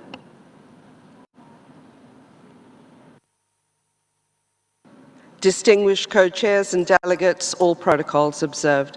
The midterm review process is an opportunity to address intersecting linkages of the climate crisis, DRR, and COVID-19 through a coherent operationalization of the Paris Agreement and the enhanced Lima Work Programme on Gender and the Sendai Framework. It is a further opportunity to co-create climate resilience, pandemic recovery, and disaster risk policies and programming through explicit intersectional gender analyses and inclusive multi-stakeholder co-design mechanisms that recognize and traditional knowledge with representatives of women's networks and feminist movements, especially those representing marginalized groups. Appropriate and accessible technology is an accelerator of change for women, amplifying voice and outreach, as well as enabling their leadership in community-led responses. One such example is the Shifting the Power Coalition Pacific-owned women-led early warning and resilience power systems, which will be activated with the support of Australia through Pacific Women Lead at the Pacific Community. The midterm review can scale up and sustain women-led multi-hazard early warning information and communication mechanisms, which deliver access to information for communities to better prepare for extreme weather events and health emergencies, as well as communicating protection services and referral pathways. The midterm review process is an opportunity to enhance coherence in intergovernmental processes. A peace development humanitarian nexus approach can enhance coherence across the multitude of intergovernmental commitments, whether it's the Pacific Framework for Resilient Development, the WPS and Humanitarian Action Compact, or the SDGs, to realize inclusive DRR governance. Equitable multi-stakeholder models can ensure that well-funded and coherent national gender action plans, GAPs, support member states, governments, and intergovernmental organizations to integrate commitments, including to the UN Convention on the Elimination of All Forms of Discrimination Against Women, CEDAW, and the UN Convention on the Rights of Persons with Disabilities, CRPD, to drive the accountability agenda at national and subnational level. I thank you. Thank you very much for intervention, and I now hand over the chair moderation to my co-chair. Thank you, Madam Chair. So now I give the floor to the representative from Canada, Mr. Trevor Babsing, the Assistant Deputy Minister for Emergency Management and Programs Branch of the Department of Public Safety. So the floor is yours. I'd like to thank the Government of Indonesia, the Global Platform from DRR, and our co-chairs for the opportunity to present Canada's views on question 4. Like countries around the world, Canada is experiencing the devastating effects of climate change. In 2021 alone, Canada experienced severe flooding, wildfires, and heat waves. Canada has been working diligently to strengthen governance, coordination, and integration, while recognizing that emergency management is a whole of society priority. Within the creation of Canada's emergency management strategy in 2019, Canada has made notable progress delivering on the Sendai priorities. We have strengthened our readiness and built the capacity of whole of society actors, including non-governmental organizations, by establishing a humanitarian workforce. Recent emergencies have highlighted the need to engage with civil society partners to further enhance Canada's disaster preparedness and capacity to respond to climate change events. As the emergency management landscape becomes increasingly complex and dynamic, it needs to be more agile and innovative. Ongoing coordination and cooperation must be fostered to include science, Indigenous, local, and traditional knowledge systems. To create a forward-looking nature of risks and capabilities and to improve understanding of disaster risks in all sectors of society, the Government of Canada is advancing work on an all-hazards national risk profile, a strategic national disaster risk and capability assessment using scientific evidence and stakeholder perspectives to create a forward-looking national picture of risk and capabilities. The National Risk Profile uses a future lens component, which takes into account risk drivers such as climate change, population growth, and urbanization in hazard areas over a period of 30 years. The Government of Canada has engaged whole of society from diverse areas, including experts from Indigenous, private sector, and academic backgrounds, to promote intercultural collaboration and learning through the National Risk Profile exercises. The profile and the information gathered from it will assist in decision-making to support resilience to disasters and increase our understanding of the diverse risks faced by various populations, Indigenous peoples, and northern and remote communities. Robust, scientific-based risk assessments that incorporate the impacts of climate change and that take into consideration data on hazards, vulnerabilities, exposures, gender-based analysis plus considerations, impacts, and resilience factors are crucial to understanding the risks. This is very complex, but critical to assist in decision-making resilience to disasters and increase understanding of the diversity of risks faced by various populations, Indigenous peoples, and northern and remote communities. Looking ahead, it's important to acknowledge both foreseeable and unforeseeable issues. Thank you. Thank you very much for your intervention. So now I give the floor to the representative from Japan, Kotomi Masuda, the Deputy Assistant Director for the Disaster Risk Reduction Group of Japan International Cooperation Agency. So the floor is yours. Thank you, Co-Chair, honorable delegates, for giving a great opportunity. We, JICA, would like to address guiding question number 2. What does effective multilateral risk governance and risk management look like? First, we, JICA, would like to discuss about multilateral system in respective countries with multiple specialized ministries and departments.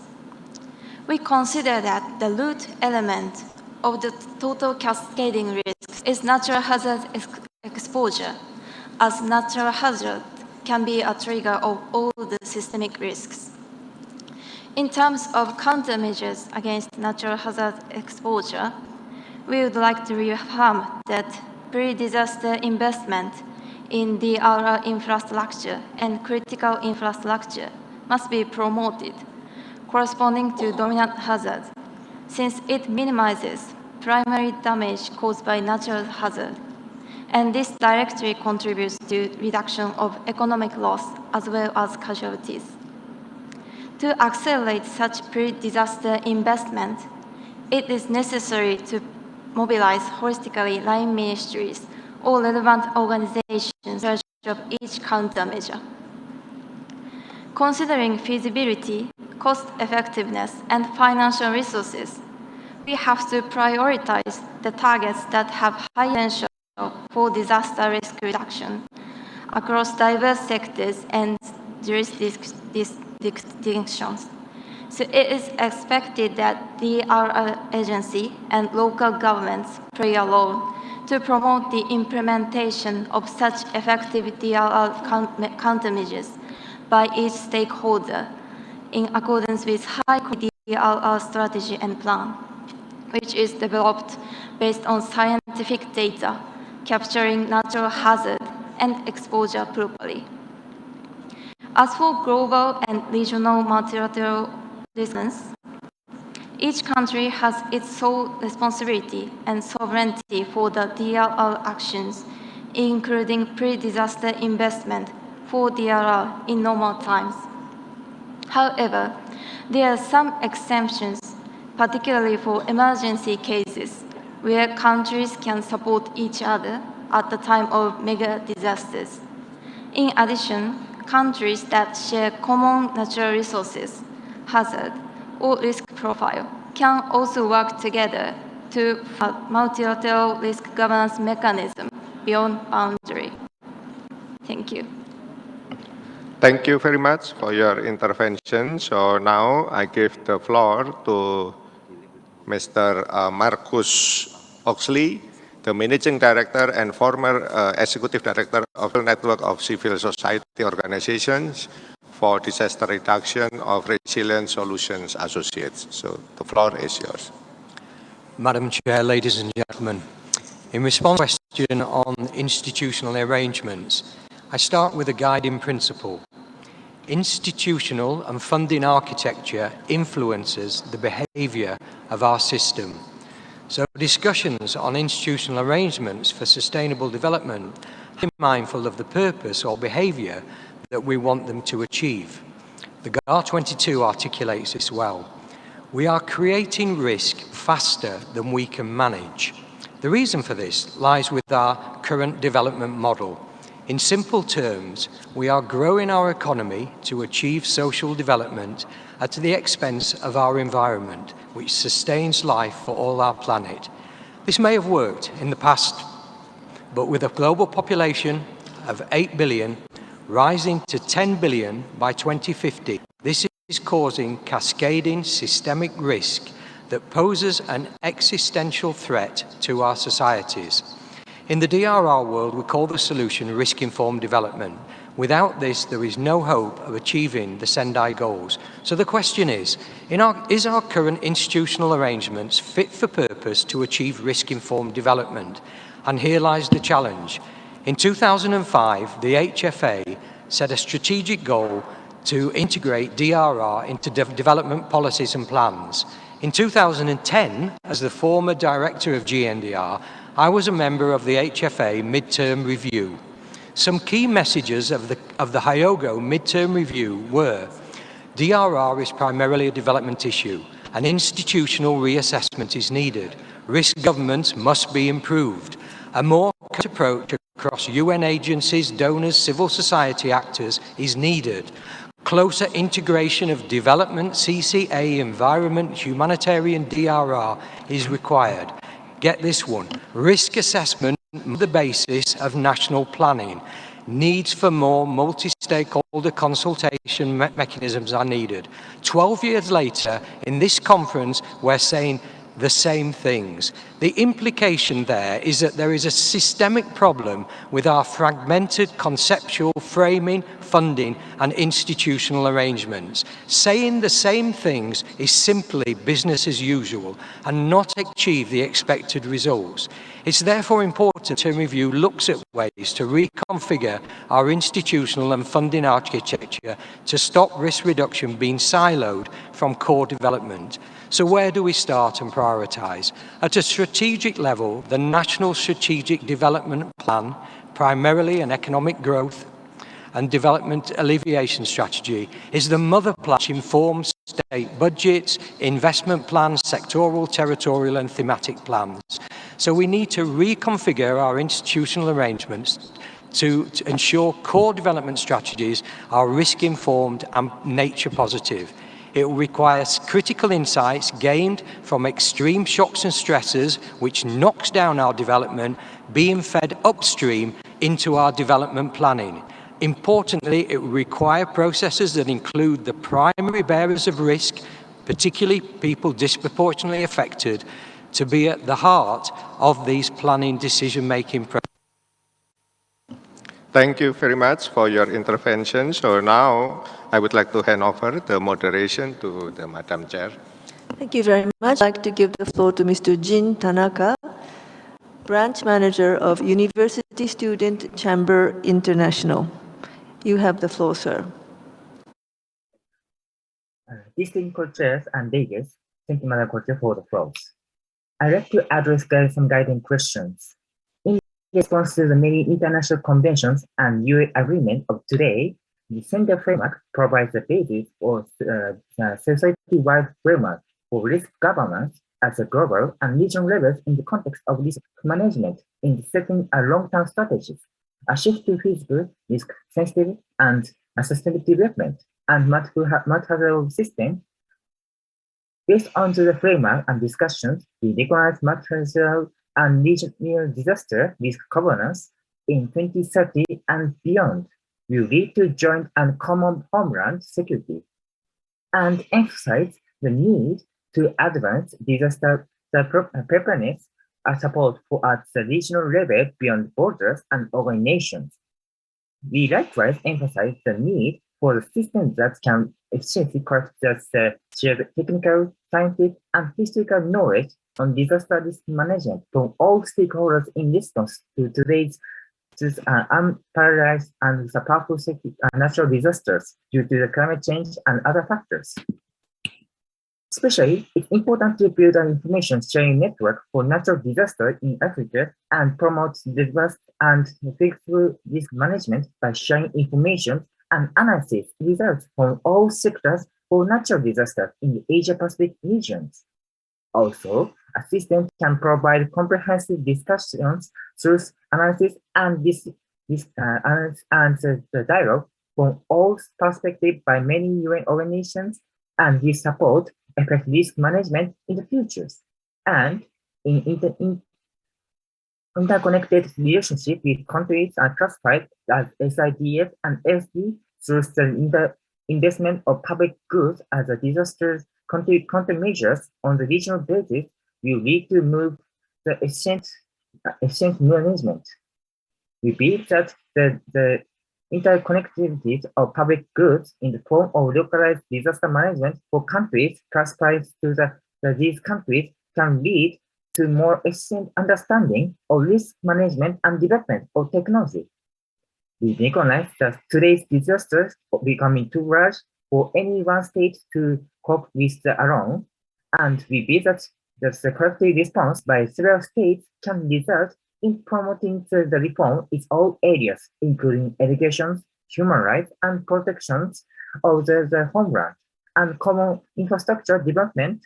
In summary, we realize that this governance that's going to be understood by citizens is now required for the futures of multifaceted analysis and comprehensive efforts, not only by the state, but also by corporations, ethnic groups, civil society, and youth organizations, and all other resources.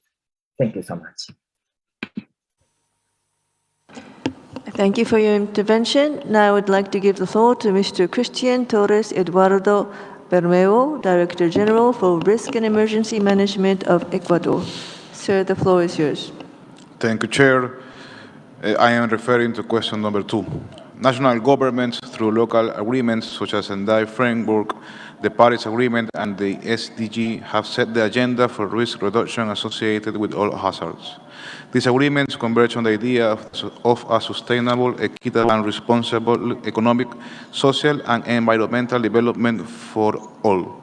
It's important to be clear that the strong linkages between these agreements have fostered the identification and reduction of systemic risk and promoted sustainable development at all levels of governance.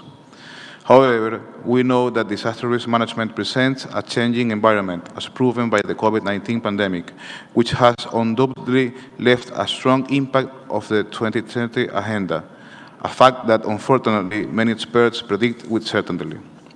This negative impact has a special focus on the detriment of the community health and on the increase of inequities due to the global economic slowdown, putting at risk the implementation of national plans and programs for sustainable development and the Paris Agreement on climate change, generating a high uncertainty that only through proper understanding of the risk can be managed efficiently. Thus, this changing environment invites us to review the global agreements, their goals and objectives, and to adapt or make our national plans and programs more flexible in order to be able to adapt to the new circumstances generated and those that will come as a result of climate change. The adverse effects of climate change are already increasing the frequency and intensity of weather-related hazards and undermining resilience. Climate change has contributed to almost a doubling of disaster events over the past 2 decades. As more people become and are vulnerable to the impacts of such hazards, disaster displacement risk is likely to continue to increase. This reality must be faced through a global governance led by all national actors, both public and private and civil society, managing disaster risk from the central core of the society and mainstreaming in all sectors, which will undoubtedly be an effective governance that will promote the achievement of our objectives. For our part, we have made progress in civilizing the challenges involved in reducing risks, protecting the rights of all, planning strategically in a prospective manner, governing in all-inclusive manner, and generating necessary tools to incorporate the main consequences of disasters in the national objectives and indicators of disaster risk reduction, to measure the progress in the implementation of the Sendai Framework and align them with the Sustainable Development and Climate Change Planning. Our process of the municipalities' risk management systems promotes the multi-level and multilateral governance of risk management, including climate change, and mainly focuses to achieve a progressive improvement of local resilience. Thank you very much. Thank you very much for your intervention. I now give the floor to Ms. Nasheen Mantal, Director of the Yayasan Peta Bencana Disaster Map Foundation. The floor is yours, Madam. Thank you, Honorable Chair, delegates, and to all participating. Thank you for the opportunity to share perspective as a women-led local NGO running real disaster information sharing systems that place local knowledge at the forefront.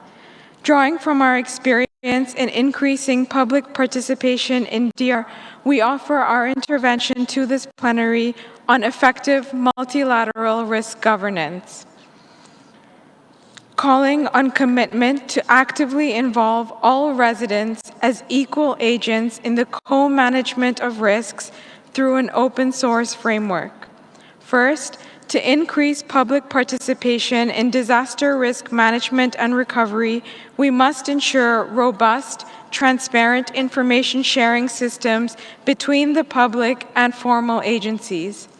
We must provide accessible tools for people on the ground to share their local situational knowledge and harness collective intelligence to support complex crisis management. Especially real-time information will be important to respond to how disasters actually unfold. Open data sharing protocols must be strengthened to increase coordination among all levels of stakeholders and agencies. Second, local communities must be involved as co-designers of risk management systems if we are to enroll local knowledge in meaningful ways. Increasing the agency of local communities must involve them more than just beneficiaries. The UN system can better support this by focusing on more local partnerships, ensuring, for example, that the development and maintenance of risk management systems are awarded to local organizations focusing on open source tools instead of proprietary tech companies. Finally, risk management technologies and all technologies for climate adaptation must be and remain open source to enable equitable, democratic participation and increased cooperation on technology development, transfer, and maintenance. Knowledge gatekeeping with vaccine patents failed the Global South. This failure of patenting cannot be repeated as we address the climate crisis. The exploitation of the abstract commons continues to diminish viable strategies for multilateral risk governance in an equitable way. Technologies that are critical to adaptation, including risk information systems, must be treated as public goods and must be open source and open access. The scale of challenges we face today demand that we increase the agency of every single resident to participate in their own DRR efforts. To achieve this, emergency decision support tools must be democratized and accessible to every resident. One such proven example supporting communities in Southeast Asia is Cognicity open source software. Thank you. I thank you for your intervention and would now like to hand over the moderation to my co-chair. Thank you, Madam Chair. So now I give the floor to the representative from Ghana, Mr. Seiji Saji, the Deputy Director General of the National Disaster Management Organization. So the floor is yours. Thank you, Madam Chair. I bring you warm greetings from the government and people of the Republic of Ghana. It is 7 years down the line when the Sendai Framework was adopted by all member states. Fortunately, the implementation of the Sendai Framework is being done concurrently with the implementation of the Sustainable Development Goals of Agenda 2030. This also comes at a time when the reality of climate change is being felt across the world. The implementation of disaster risk reduction and climate change adaptation measures are expected to be complementary to achieve the desired impacts and outcomes of development goals on a sustainable basis. However, at national level, this situation appears otherwise. We have observed over the years that more attention and allocation of resources are directed at climate change adaptation programs and intervention as against DRR initiatives due to the fact that climate change adaptation has a larger pool of international funding sources.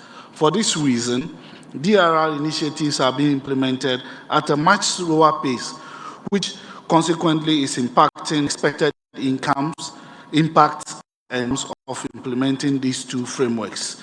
In this, Ghana has incorporated disaster risk reduction into its main term development framework with a view to strengthening the requirement to make disaster risk reduction an integral part of all sectoral plans.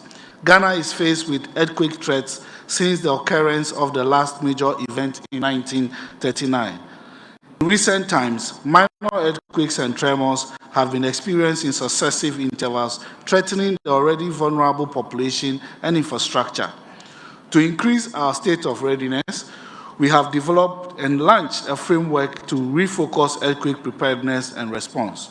On 22nd March this year, Ghana suffered a devastating human-induced disaster in a mining community called Apieti in the western region of Ghana due to chemical explosion. All houses and other social infrastructure either collapsed or rendered uninhabitable. About 1,000 persons were affected and unfortunately 13 lives were lost. In line with Priority 4 of Sendai Framework, Ghana has embarked on reconstruction of the affected houses, ensuring incorporation of risk reduction measures to build back better. Excellency Co-Chair, reflecting on events over the past 2 years, the history of DRR cannot be written without COVID-19. We are all living witnesses of the devastating effect of this global pandemic due to our inadequate preparedness and slow response. The effects of it has plunged countries into economic crisis, irrespective of economic strength worldwide. This development has further increased poverty levels and deepened already existing vulnerabilities across the globe. We take the opportunity to express our deep sympathies to all families that were affected, especially those who lost loved ones, and also businesses that have been impacted upon negatively and recovering slowly from the pandemic. We salute the gallant scientists who work tirelessly along the clock to develop vaccines that continue to save lives across the world. Excellency Co-Chair, we acknowledge and pay compliments to the International Civil. Thank you very much for your intervention. So now I give the floor to Ms. Fatma Lestari, the Director of Disaster Risk Reduction, Center of University of Indonesia. So the floor is yours. Thank you very much for my best friend colleague, His Excellency General Laksana Handoko. I would like to address question number 2 and 4. What does effective multilateral risk governance and risk management look like?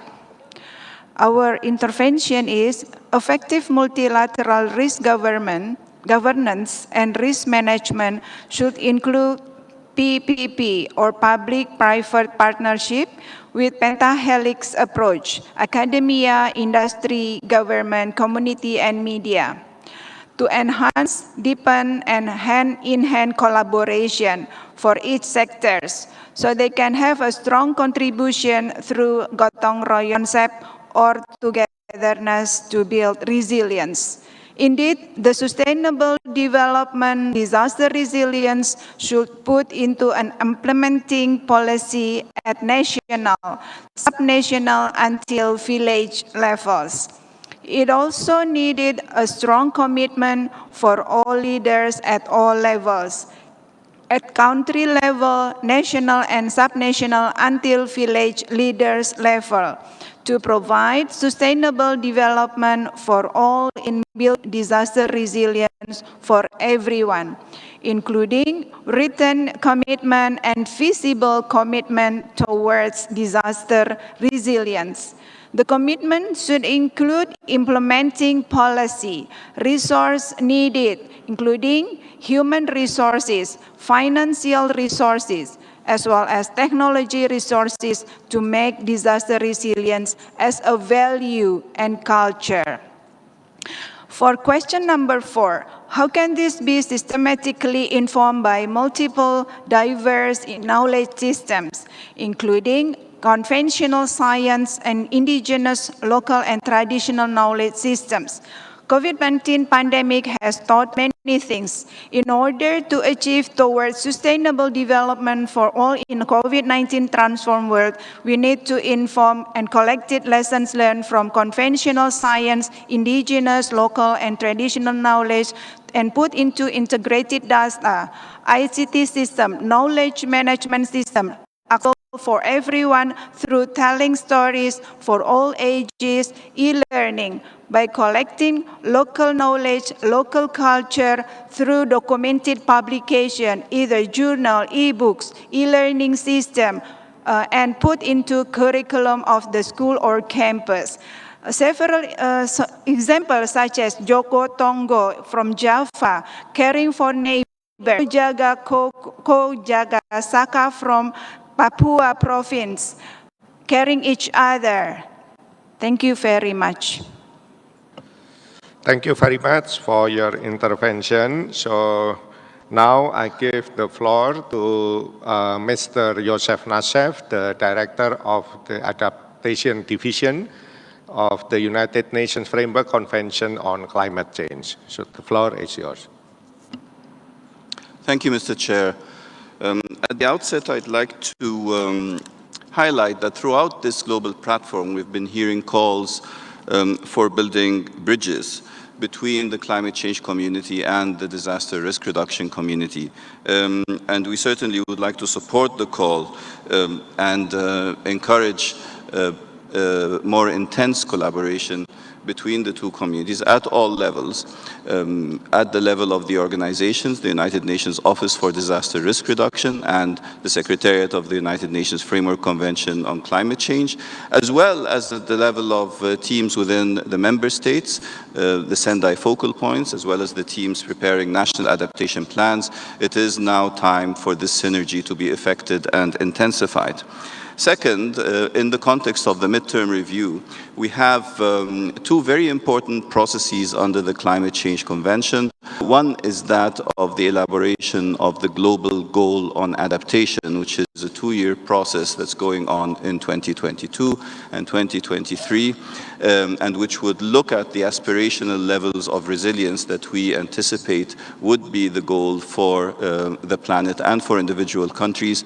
And we will also be embarking on the global stocktake, which will culminate at the end of next year. It's a 5-year exercise which looks at how much progress we have done towards the global goals of the Paris Agreement, including the global goal on adaptation. Now, the experience from the midterm review in terms of looking at the indicators and the progress that has been done in implementing the Sendai Framework would be really important to take into account, both in the discussions on the global goal and adaptation and in the deliberations on the global stocktake, insofar as they relate to adaptation to the adverse effects of climate change. And again, we would very much welcome an invitation from the global platform to the relevant disaster reduction entities, including the UNDRR, the Office for Disaster Risk Reduction, to collaborate and engage with the climate change process to make sure that the priorities of the member states are reflected in terms of the Sendai targets and the disaster risk reduction objectives at country level, so that they are taken into account in the assessment of overall progress under the climate change regime. Thank you very much, Mr. Chair. So thank you very much for your intervention. So now I would like to hand over the moderation to Madam. Thank you very much. So now I'd like to give the floor to Ms. Rui Kotani, Disaster Risk Reduction Coordinator of Group on Earth Observation. You have the floor, Madam. Thank you, Madam Chair. I'm making an intervention in response to question 1, 4, 5, and 6. And I would like to echo the statements by a number of interventions, but especially what's been said by UNEP. Integrated approaches such as nature-based solutions are important for implementing and reporting on numerous global agreements that are related to Sendai Framework, such as 2040 Agenda, the Paris Agreement, the CBD, and Urban Agenda. I have a specific proposal here. Upcoming reports mentioned in question 6 can include a few cross-sections in common, for example, on nature-based solutions to amplify development impacts. In doing so, it is critical to use an integrated ecosystem accounting approach based on solid scientific evidence provided by Earth observations. This way, these reports can highlight financial incentives towards nature-based solutions integrating inter alia issues. Another important cross-cutting perspective is indigenous knowledge, as mentioned by numerous interventions before me. In fact, the new GAR highlights opportunities for learning, including from indigenous knowledge. And another key cross-cutting perspective to be used in an integrated approach. Included in are use cases from indigenous communities leveraging the power of Earth observations to address not only disaster risk reduction, but simultaneously contributing to multiple issues addressed by global agreements. For both cases of NBS integration and indigenous knowledge, Earth observation is key. As I said in my previous intervention yesterday, we cannot manage what we cannot measure. And this is especially true when people and organizations from different sectors are working together up with and to use integrated approach for multiple global agreements. Thank you. Thank you for your intervention. I now give the floor to Ms. Milind Pimprikar, Chairman of CANEUS. You have the floor, sir. Thank you, co-chairs. Our intervention is targeted to address the guiding question number 4, covering multiple diverse knowledge systems, including conventional science and indigenous, local, and traditional knowledge systems. Co-chairs and distinguished delegates, indigenous knowledge integrated with emerging technologies is vital for implementing Sendai Framework targets and action items. Nonetheless, indigenous peoples want sustainable solutions from the perspective of their science and knowledge, possibly adaptive governance and organizational mechanism. This is even more urgent as indigenous are under increasing threats from climate and disaster risk. Therefore, we have created and launched a brand new global research and knowledge repository initiative called Indigenous Knowledge Research Infrastructure, IKRI. The IKRI was conceptualized as part of the 2021 UN Food System Summit, where the collective efforts like CANES, FILAC, UNOSA, FAO, IFAD, UNESCO, and several global stakeholders representing both the indigenous and scientific communities, as well as those with stake in the implementation of the SDG. Co-chairs, the ICRI aims to contribute to the forward-looking discussion drawn from diverse knowledge systems by stimulating collaborations between indigenous and scientific research communities, as well as private institutions, working vertically and horizontally in an integrated manner. The IKRI initiative includes a technology-based repository that will ensure that indigenous peoples and local communities preserve their knowledge and practices for accelerating process in achieving the goal of Sendai Framework.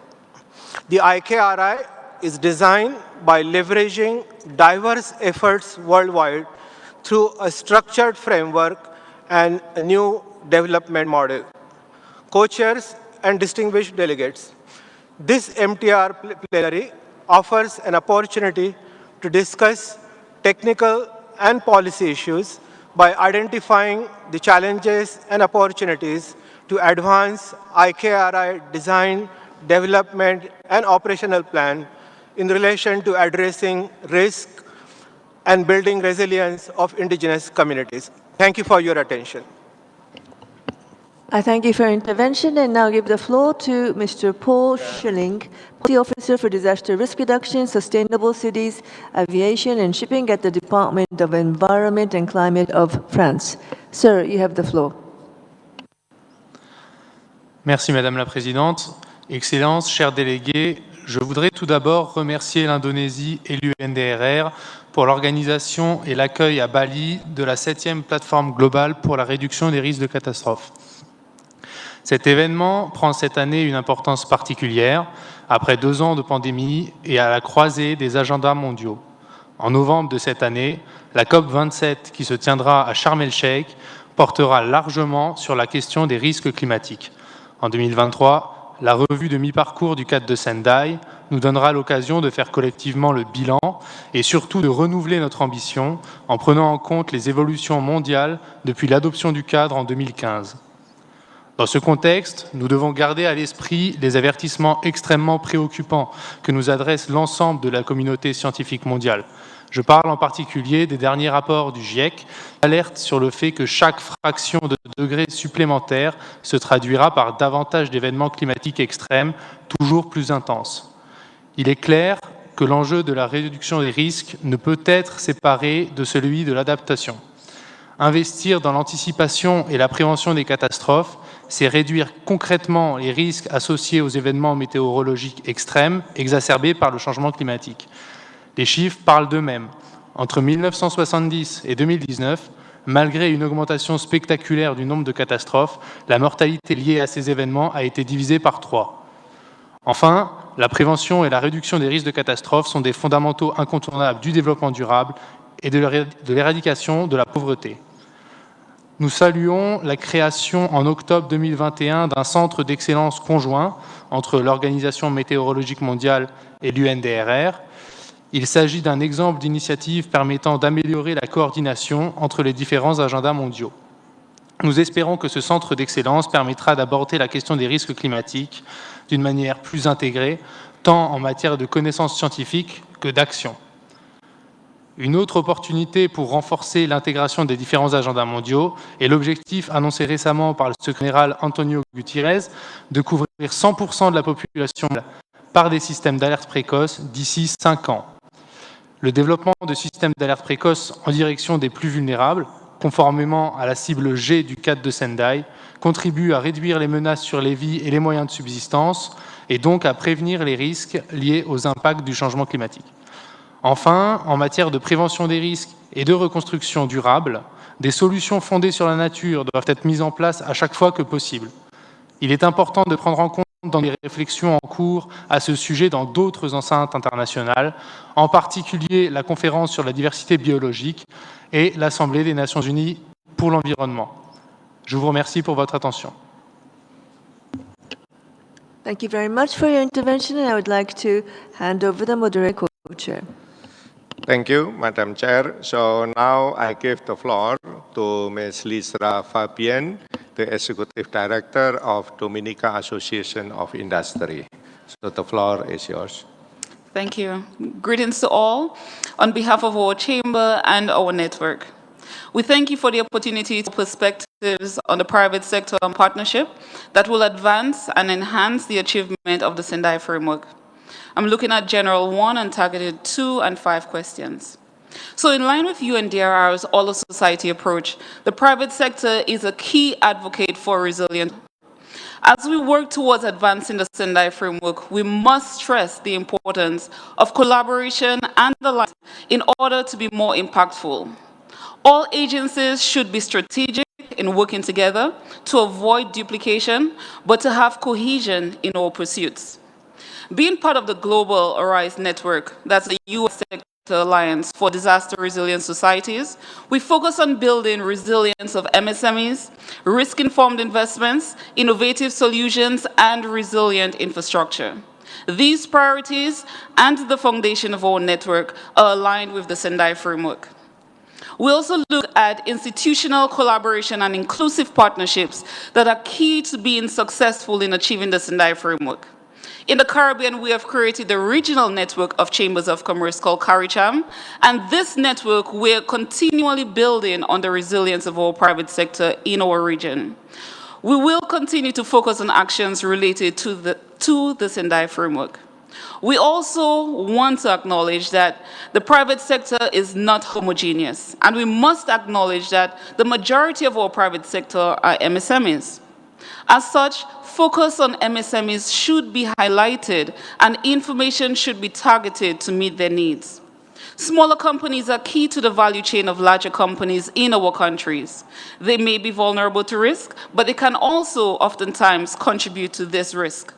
Our governments have a key role to play in supporting our MSMEs in making better decisions. And additionally, we should create the enabling environment for these MSMEs and all businesses to thrive.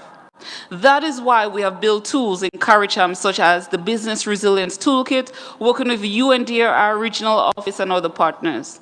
We've also ensured that this should be more inclusive to cater to all businesses in the Caribbean, including all 5 languages that we've translated this tool into. We have collaborated in ensuring that vulnerable groups should be included in our resilient planning, including migrant entrepreneurs. We have also been advancing our partnership with our governments to be at the table to discuss when we think about resilient nations. Now, for our RISE Network Leaders this month, we explored key areas when we look at the review of the Sendai Framework, and I just want to highlight a few of them, that we've been taking greater actions to focus in on advancing the Sendai Framework. We also noted that climate change has been a key driver to complex disasters and that the private sector should be innovative in finding solutions. One of the new and emerging issues identified was the fragmentation that results in reinvention of work that's done. So it's important that all of us, we collaborate to reduce this fragmentation, which will result to quicker growth. And finally, in enhancing greater action towards the Sendai Framework, we should look at outcomes over activity. Thank you. Thank you very much for your intervention. So now I give the floor to Ms. Miriam Merat, the Research Director and Professor at Paris Dauphine University and the President of the Scientific Council, French Society for the Prevention of Natural and Technological Disaster. So, dear participants, dear organizer, thank you for the opportunity to share some of our thoughts. As a French scientific society on disaster risk prevention that value acts and sector practice, we have identified some trends that help questioning our practice. The first one is the illusion that gathering more data will increase knowledge on practice, on the identification, assessment, management of risk of disaster. The second illusion is that integrating system in terms of identification, assessment, and governance would lead to improve the performance of disaster risk reduction and resilience. We think that for sure this is needed, but there is some limit. What we suggest is first to refer to more inclusive science and policy efficiency assessment. This can be done by mobilizing decision and policy science analytics. The second element and suggestions is to improve participation inclusiveness of actors in field practice by a better and a fair management of resource distribution. Thank you. Thank you very much for your intervention. So now I give the floor to Ms. Terry Otieno from the Global Focal Point of Major Group for Children and Youth. So the floor is yours. Hello. Thank you for giving me this opportunity. I am from Kenya and representing the children and youth. I will be giving a statement on guiding question 1, where we highlight how the agreements have contributed to the shifts towards risk-informed sustainable development in our constituency, and we will also be touching on guiding question 3, where we identify ways that the UN system can be fit for purpose of conducting risk-informed sustainable development. The children and youth are indeed a result of the multilateral system brought about by the Sendai Framework and the Agenda 2030. The agreements have helped bring out better risk-informed approaches for us. The children and youth continue to meet priority 1 of the Sendai Framework by availing an engagement platform where children and youth hold vibrant discussions and exchange ideas and knowledge in the quest of understanding disaster risk reduction.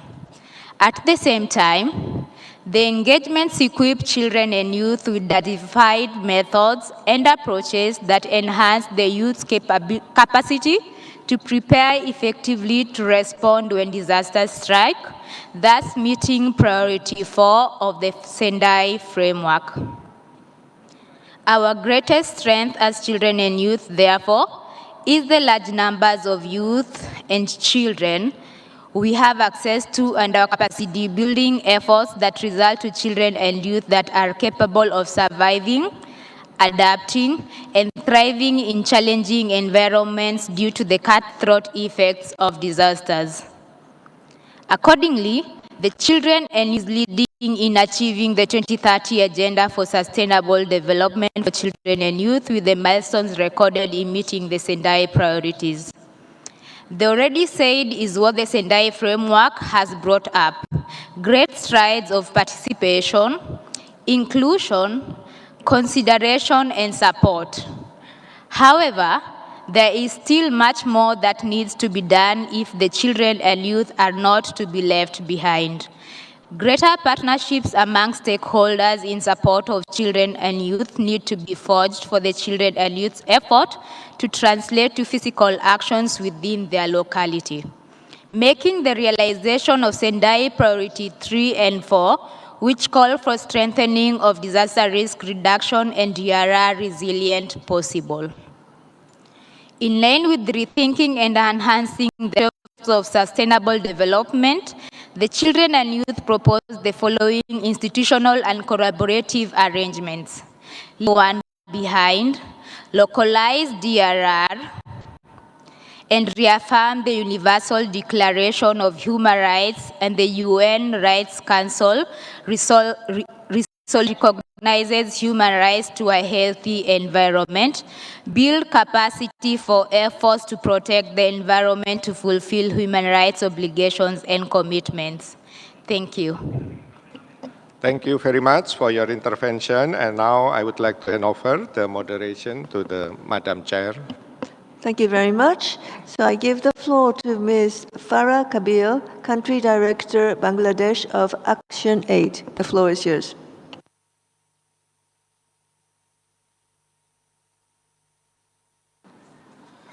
Thank you, Co-Chair, Excellencies, esteemed delegates. I'm Farah Kabir, the Country Director of Action Aid Bangladesh. I want to speak on behalf of the Action Aid Global Federation, which comprises of 45 countries and where we partner with over 15 million people from communities, grassroots, including refugees and people living in conflict. Action Aid is a 50-year-old organization founded on the values of humanitarian and emergency response, human rights, inclusion, equity, and justice. The Federation aspires for a just, green, transformed, and sustainable world. Now, we know 2015 was a historical year as the world adopted the Agenda 2030 along with the Sendai Framework, the Paris Agreement, and Finance for Development. We also adopted the Agenda for Humanity in 2016. All the global frameworks, according to reports, are off track, while disasters are increasing by 40% in the backdrop of a climate emergency. My humble request to all is to agree on the fact that business as usual is not delivering. Thereby, our aspirations remain unattainable. We can, of course, celebrate the incremental achievements that we have been hearing about this platform and in other spaces from the participating countries. However, we have to be informed that it will take at least 30 plus years to achieve the SDGs and for the realization of all the other agreements. Can women, girls, young people, persons with special needs, refugees, people living in conflict wait? And all those present here, would you like to wait? Do corporates and private sector feel secured? Or are they agreeing with us that risk is everybody's business? As a representative of the ActionAid Federation, in the backdrop of the midterm review of the SFDRR, we make the following submissions. 1, accept the complexities and thereby recognize the multidimensional nature of risk. The world's context changed drastically since the Sendai Framework was agreed in 2015. At that time, there was no indication of the pandemic, which was going to overtake our life. Climate change impact have greatly intensified and conflicts have increased. To build resilience, disasters must be analyzed using a broader framework of social, economic, political, institutional, and environmental factors. Risk reduction must be understood from the point of communities, young people, those in the forefront of being impacted, living with disasters. They are affected disproportionately in an already discriminated reality. We want to commit and ensure new and additional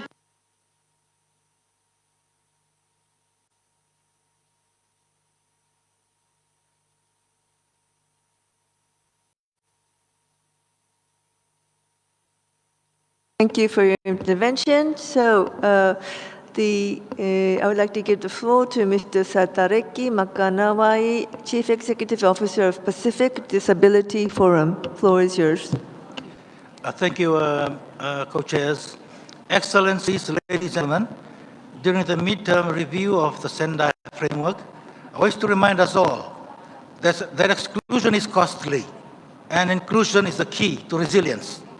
We cannot afford to exclude or leave anyone behind, particularly persons with disabilities, who are often lumped into the vulnerable group.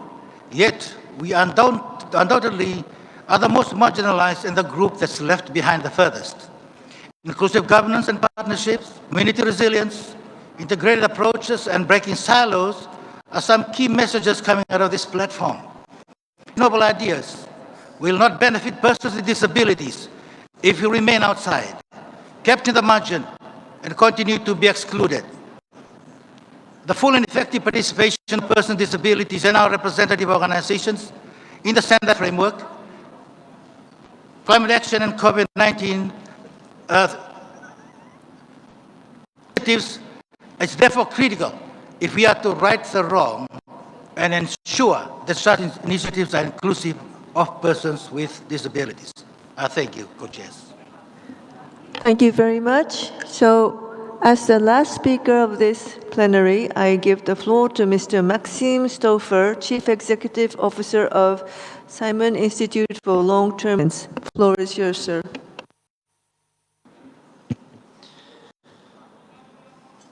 Thank you very much. Thank you for letting me speak. Good afternoon. I will address questions 3 and 6. I highly welcome that UNDRR is seeking our thoughts on making the UN better fit for purpose. So on the 10th of March 2022, the UN Secretary General Antonio Guterres explained that there is renewed pressure to consider whether global governance systems are fit for purpose for a more complex world in which local threats may quickly become global, existential, and intergenerational. But what does fit for purpose mean? So here are some ingredients based on systems and legal research. Fit essentially defines whether the UN adequately addresses the characteristics of the problems it needs to govern. Secondly, we need spatial fit, the ability to deploy actions globally and foster coordination between local, national, and international institutions. That's because global risks span boundaries. We also need temporal fit, the ability to prevent shocks and act quickly if they manifest. That's because existential risks cannot necessarily be reacted to, and we also to be able to react to inevitable shocks. We also need functional fit, the ability to handle uncertainty and complexity. That's because global risks are interconnected and nonlinear, and also because we need to act even though we often don't know what to do. And fourthly, we need representational fit, the ability to represent current generations in their most diverse forms, as well as future unborn generations. And in many ways, the UN is not fit for purpose on all of these dimensions. But the UN is one of the best set of institutions we currently have to foster coordination and large-scale action. So I would like to draw your attention to the UN Secretary General's Our Common Agenda. This agenda, this report, proposes solutions to improve the fit of the UN system to govern global risks and represent future generations. It is an important plan which can benefit all member states and foster sustainable development at large. In addition, here are some more propositions. We need to go beyond information, we need to go beyond knowledge. It is not sufficient to have excellent science. The IPCC has been publishing excellent reports, but we can have the best science and see no progress, as we all know. We need to build agility in our regulations. For example, the internal health regulations have not been agile enough to govern during COVID-19. To build agility, we need to leverage soft law measures. Norm standards can provide guidance while preserving adaptation when our world changes. And lastly, we need to build fast processes. Sometimes the processes have to develop evidence-based policies are too cumbersome, too rigorous, they take too much time, and civil servants try to circumvent them to be able to act fastly. So we need to be rigorous, yes, but we need to be fast and remain agile. Thank you very much.